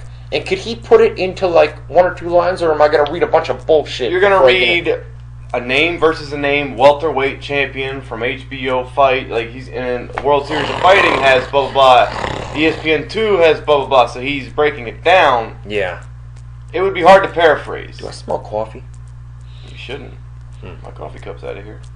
You want me to read it? Vincent Nugent says, yes, regarding... I love you too. Look at this. I'm sitting here. Let me scoot back a little bit. No laser eye surgery on this cat. And I'm drunk. Regarding about combat sporting events, which makes no sense. Regarding combat sporting events from this past weekend, boxing. What did you guys think about the overall fights from ESPN2? Fernando, I can't read that name, Garcia versus Miguel Gonzalez. We didn't watch it. HBO Boxing, Cedric Agnew versus Sergey Calabria. We didn't watch that one either. And see, when I do that, I do it lightly so you can still read. I can't yell over you here. We didn't watch either one of those fights. Mixed martial arts. We're done just about. Mixed martial arts. What you guys think overall fights from Bellator? Alexander Shlemenko versus Brendan Ward. We didn't watch that. And World Series of Fighting, Rousimar Pajales versus Steve Carl for the welterweight title. I heard that was a really good fight, we right? Didn't see that either. Do do do do do do do. Are you talking? It's my turn. Doody doody do do do. No. How many times tonight? And then he pulls that shit. Yo, if you're keeping a scorecard, we cut each other off plenty. I would say you're a little bit ahead tonight. I'm probably a little bit ahead every week. The only thing I heard about the Paul Harris thing was that he's known for his leg locks. He got him in heel hook, and it looked nasty. He won submission first round. There was some sort of fight that was really good on one of these shows, whether it was Bellator or the Series of Fighting. You remember which one? Well, the only fight that I cared about this weekend wasn't an MMA fight or a boxing fight. It was a sport jiu-jitsu fight. It was Royler Gracie versus Eddie Bravo. Metamoris 3. Metamoris? Yeah. Was it on pay-per-view or something? Yes. Yeah. Yes. And and I watched the Joe Rogan podcast last night. Right. Eddie Bravo was the guest. They played the whole fight and they did commentary live over it. Right. And Bravo was explaining what he's doing because in sport jiu-jitsu you can't hit, you can't strike. There's no points in this particular match, so it was you either submit this guy, he submits you, or it's a draw. Right. And it ended up being a draw. Oh shit. But Bravo kind of worked him. And Royler Gracie is like, Hoist Gracie's the most famous in MMA. Hickson's the most famous as far as the best fighter of all time. Right. Henzo's considered the best all around. Yeah, there's so many Gracies, man. Yeah. But as far as straight jiu-jitsu and competition jiu-jitsu, Royler Gracie's the guy, supposedly. Right. And Hodger is another one. Which one is Eve Torres dating? Henner. Henner Gracie. Henner Gracie. He does the Gracie breakdowns where he explains stuff. Right. He's got all those videos. Yeah. He's got a bunch of them, right? But Royler's the guy, and Eddie Bravo had a famous fight in 2003, famous match in 2003, the Abu Dhabi, which is kind of like Metamoris. It was a jiu-jitsu competition.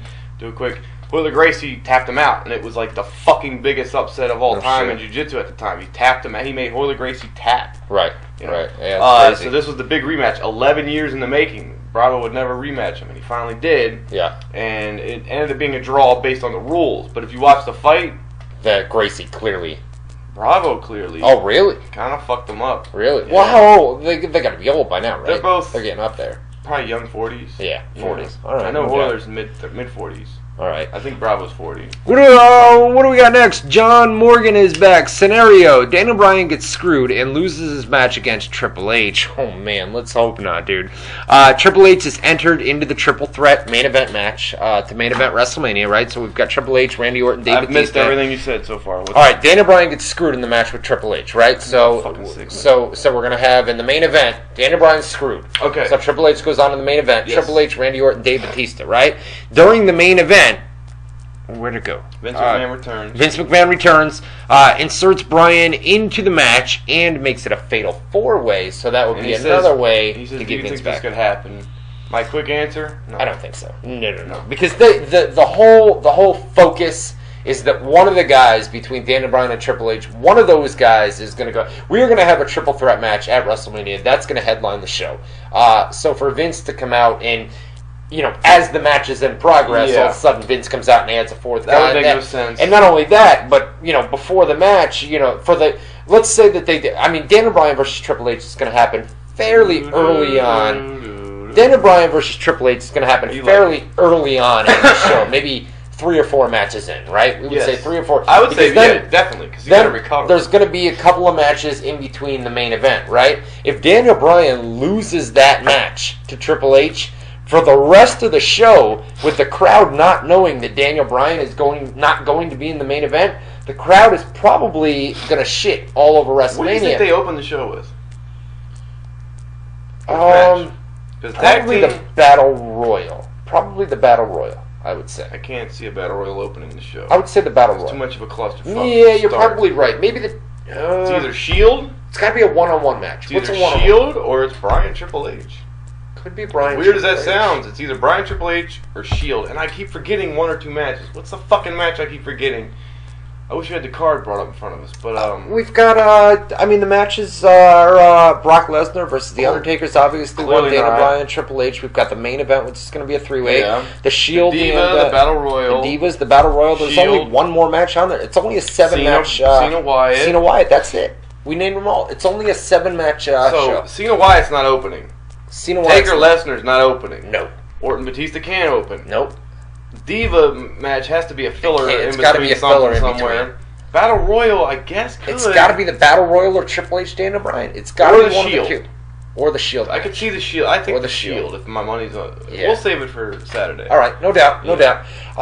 Who's next? Tim Krieger says, "How long do you Krieger? I say Krieger. Okay, Krie, maybe Krieger.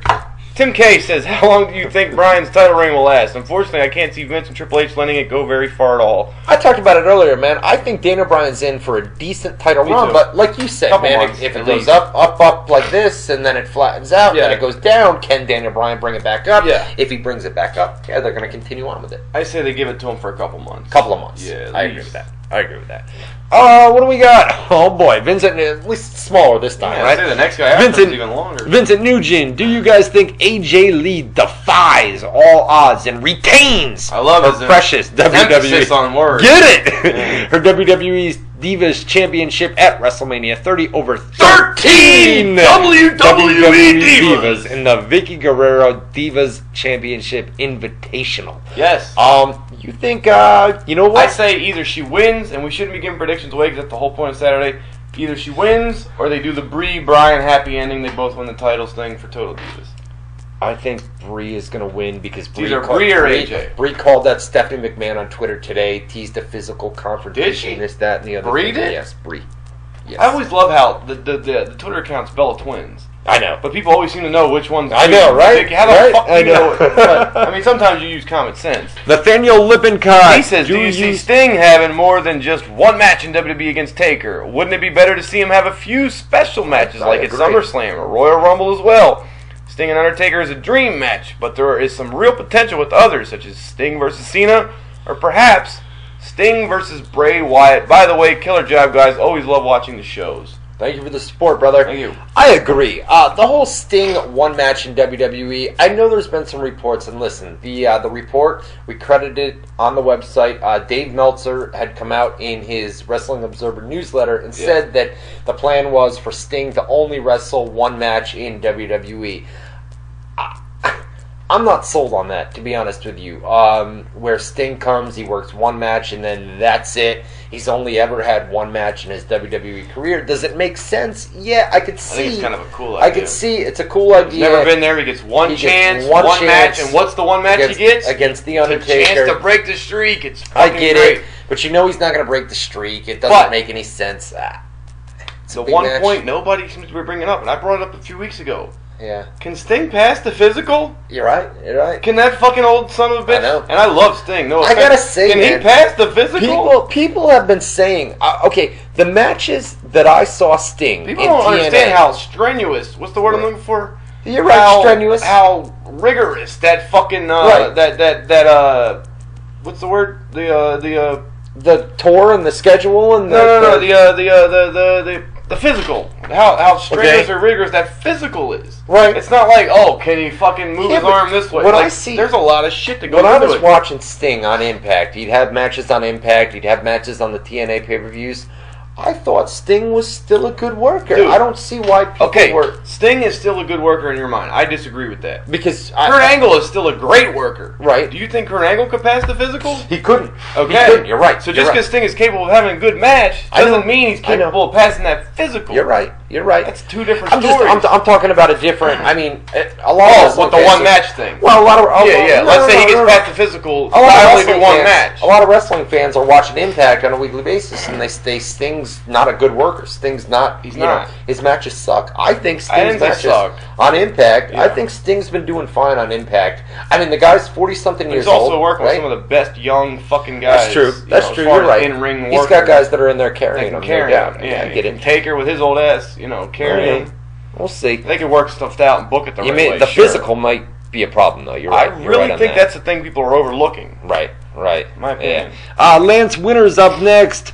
What the fuck you say? Punk is going to be at the Hall of Fame. Man. Sorry, guys. Well, I explain that real quick. You gotta explain it. You think you can make jokes on your own Facebook page? LOL. I love the joke. People need to relax and enjoy the humor. Listen. That's right. He's Canadian. Here's what happened. Humor with the U. Humor with the U. Yeah. Listen. Here's what happened. Yeah. Earlier this morning on my Facebook page, I put a post up on Facebook, and I said, listen, You don't have to worry about us doing April. I didn't see that. You don't have to worry about us doing April Fool's jokes. We won't put it up on the main site's news boards, okay? I said we don't put April Fool's jokes up on the main site's news boards. I'm not trying to interrupt you. Did you say we? Or me or us? We, not you. Fucker. I didn't mention Matt Boone. I didn't mention... Who's we then? You and who else? Hear me out, I'm listening. brother. Hear me out, man. I said we don't put it up on the main website's news boards, okay? The main website's news boards. So, earlier this afternoon, Matt Boone goes into the WrestlingAnswer.com. You got the FTP. Yeah. It's one of my websites. You own it.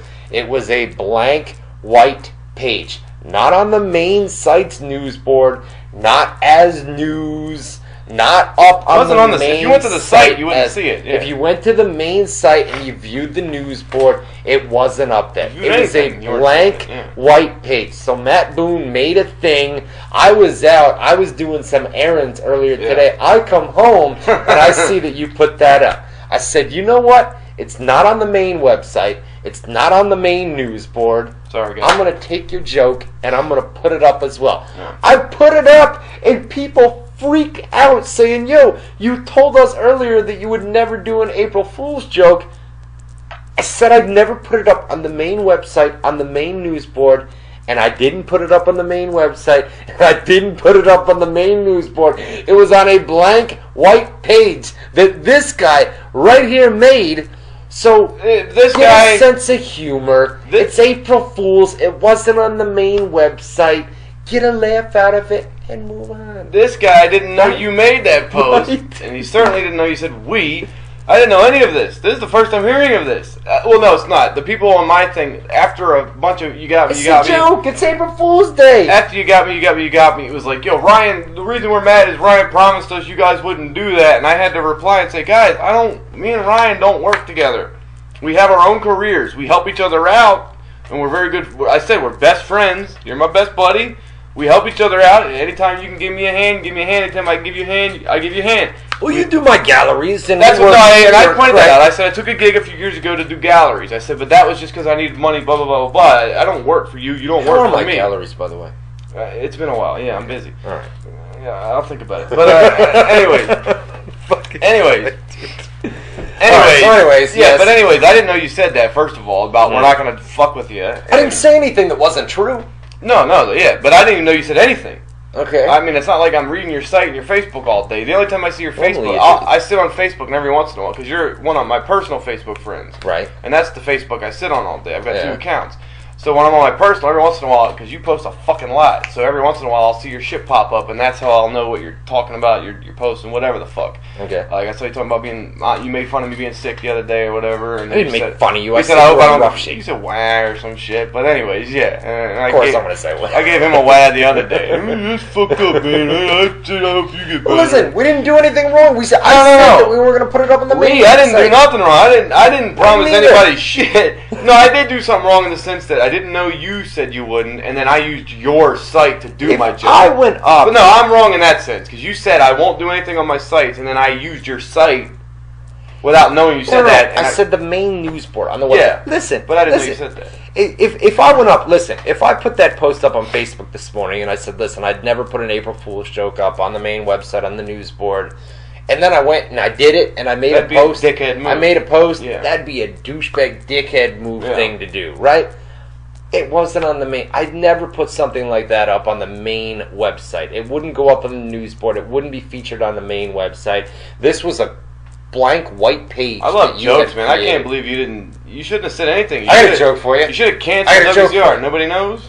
No, I was thinking about waking up this morning and say, hey, listen, guys, I'm sick because the sick thing yesterday, I was real sick. Yeah. And I was going to say, hey, listen, guys, I'm still sick. WZR's canceled. That would have been perfect, man. Why didn't you do that? I know.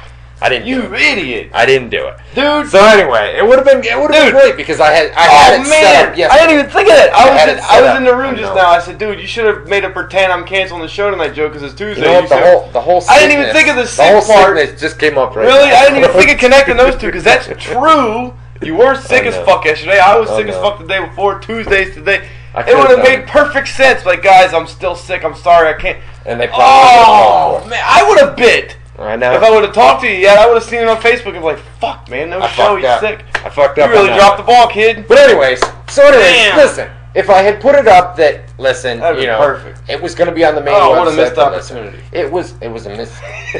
April Fool's. All right. Oh, by the way, that show on Saturday? Yeah. It's canceled, bro. We ain't doing that. They're not falling. No, they ain't. Lance Winter says, what the fuck you say, Punk is... Oh, wait. We already read that. Larry Smith says... April Fools, I was going to read your shit twice. Larry Smith says, why does Canada have to wait for the WWE Network instead of getting it at the same time as the USA? That's a good question. I guess there's... I don't know. We're all North America. Internet issues and everything else with UK fans and Australian fans. They've got to wait until, I think, early next year. Different companies and shit like that, I think, too. Different internet providers, which probably... You know, there's things like on Hulu, some of the guys can't view NXT and Raw when the videos come up. It says it's not available in this country. I didn't know that. Things like that. So I guess... I'm guessing it deals with internet service providers. And the last one more from Vincent Nugent. Do you guys think Bray Wyatt will have his... chug that bitch. Will have his WrestleMania moment if he can defeat John Cena at WrestleMania 30? Will John Cena put over Bray Wyatt? Save it, brother. Save it. I had a crack in my neck. That's why I was doing that. This Saturday, 6 o'clock Eastern Time, we're going to be here for a WZR TV WrestleMania special. It's going to be all WrestleMania. We're going to go for about an hour, man. Maybe a little bit longer, hour and a half. But it's going to start at 6 o'clock Eastern Time. We'll go to 7:30. We're going to have we're both going to have a pen and a sheet of paper. Going to bring it in here. We are going to have all of our predictions, man. We'll write down the matches beforehand. We'll check off who we think are going to win and who's going to lose. I know you and I disagree on a bunch of things. It's going to be a good show. It's going to be a good one on Saturday. So if you guys can show up for that, that would be awesome. We hope to see you guys on Saturday night, 6 o'clock Eastern Time, WrestleMania special. We're going to be taking... You all right? I'm bloated. I feel like I need to burp 80 times, but it all wants to come out in one burp. So we're going to be taking your live phone calls as well. So if you guys have any late questions regarding WrestleMania, if you want to talk your predictions as well, we'll give, we'll probably put a rapid fire segment up as well where you guys can give all your predictions and we will read them out live on air here tonight. So if you guys want to submit predictions on Saturday, come back 6 o'clock Eastern Time. WZROnline.com. Feedback. We want feedback. We want feedback, and we want it at Facebook.com/Ryan Clark WZR. One more time. Let me throw that at you. That's Facebook.com/Ryan Clark WZR. We want to know what you liked about the show. We'll do more of it. We want to know what you didn't like about the show. We'll do less of it. This is how we make the show exactly what you want to hear and see every Tuesday motherfucking night from 8 to 10 p.m. Eastern Time. We want it at Facebook.com/Ryan Clark WZR. By the way, Matty Boone puts up a feedback post as well. MattBoone.com/MattBooneWZR. So both of our Facebook pages. Submit feedback, man. What can we do better? What can we not do better? Should Boone drink less beers or more beers? Facebook.com/MattBooneWZR. Facebook.com/RyanClarkWZR. We are out of here, man. We'll see these guys Saturday night. Yeah. 6 o'clock. You gotta wait 7 days this time, children. No, sir. Dude. 6 o'clock Eastern Time. Hope to see you guys. WrestleMania, busy week coming up on the website. Very busy week. You better keep your eyes peeled. Locked to WZROnline.com. Everything you want to know before WrestleMania, the Hall of Fame, everything coming up. www.WZROnline.com. Enter. Get your ass over there every day of the week until Sunday. He's got everything covered, believe me when I say. WrestleMania 30's this Sunday. Matt Boone and Ryan Clark's this Saturday. Ryan Clark, get us out of here, bro. For Matt Boone! That was my throat. That's me. That's Ryan Clark. That's him. See ya Saturday night, 6 Eastern Time. WZROnline.com. Right here.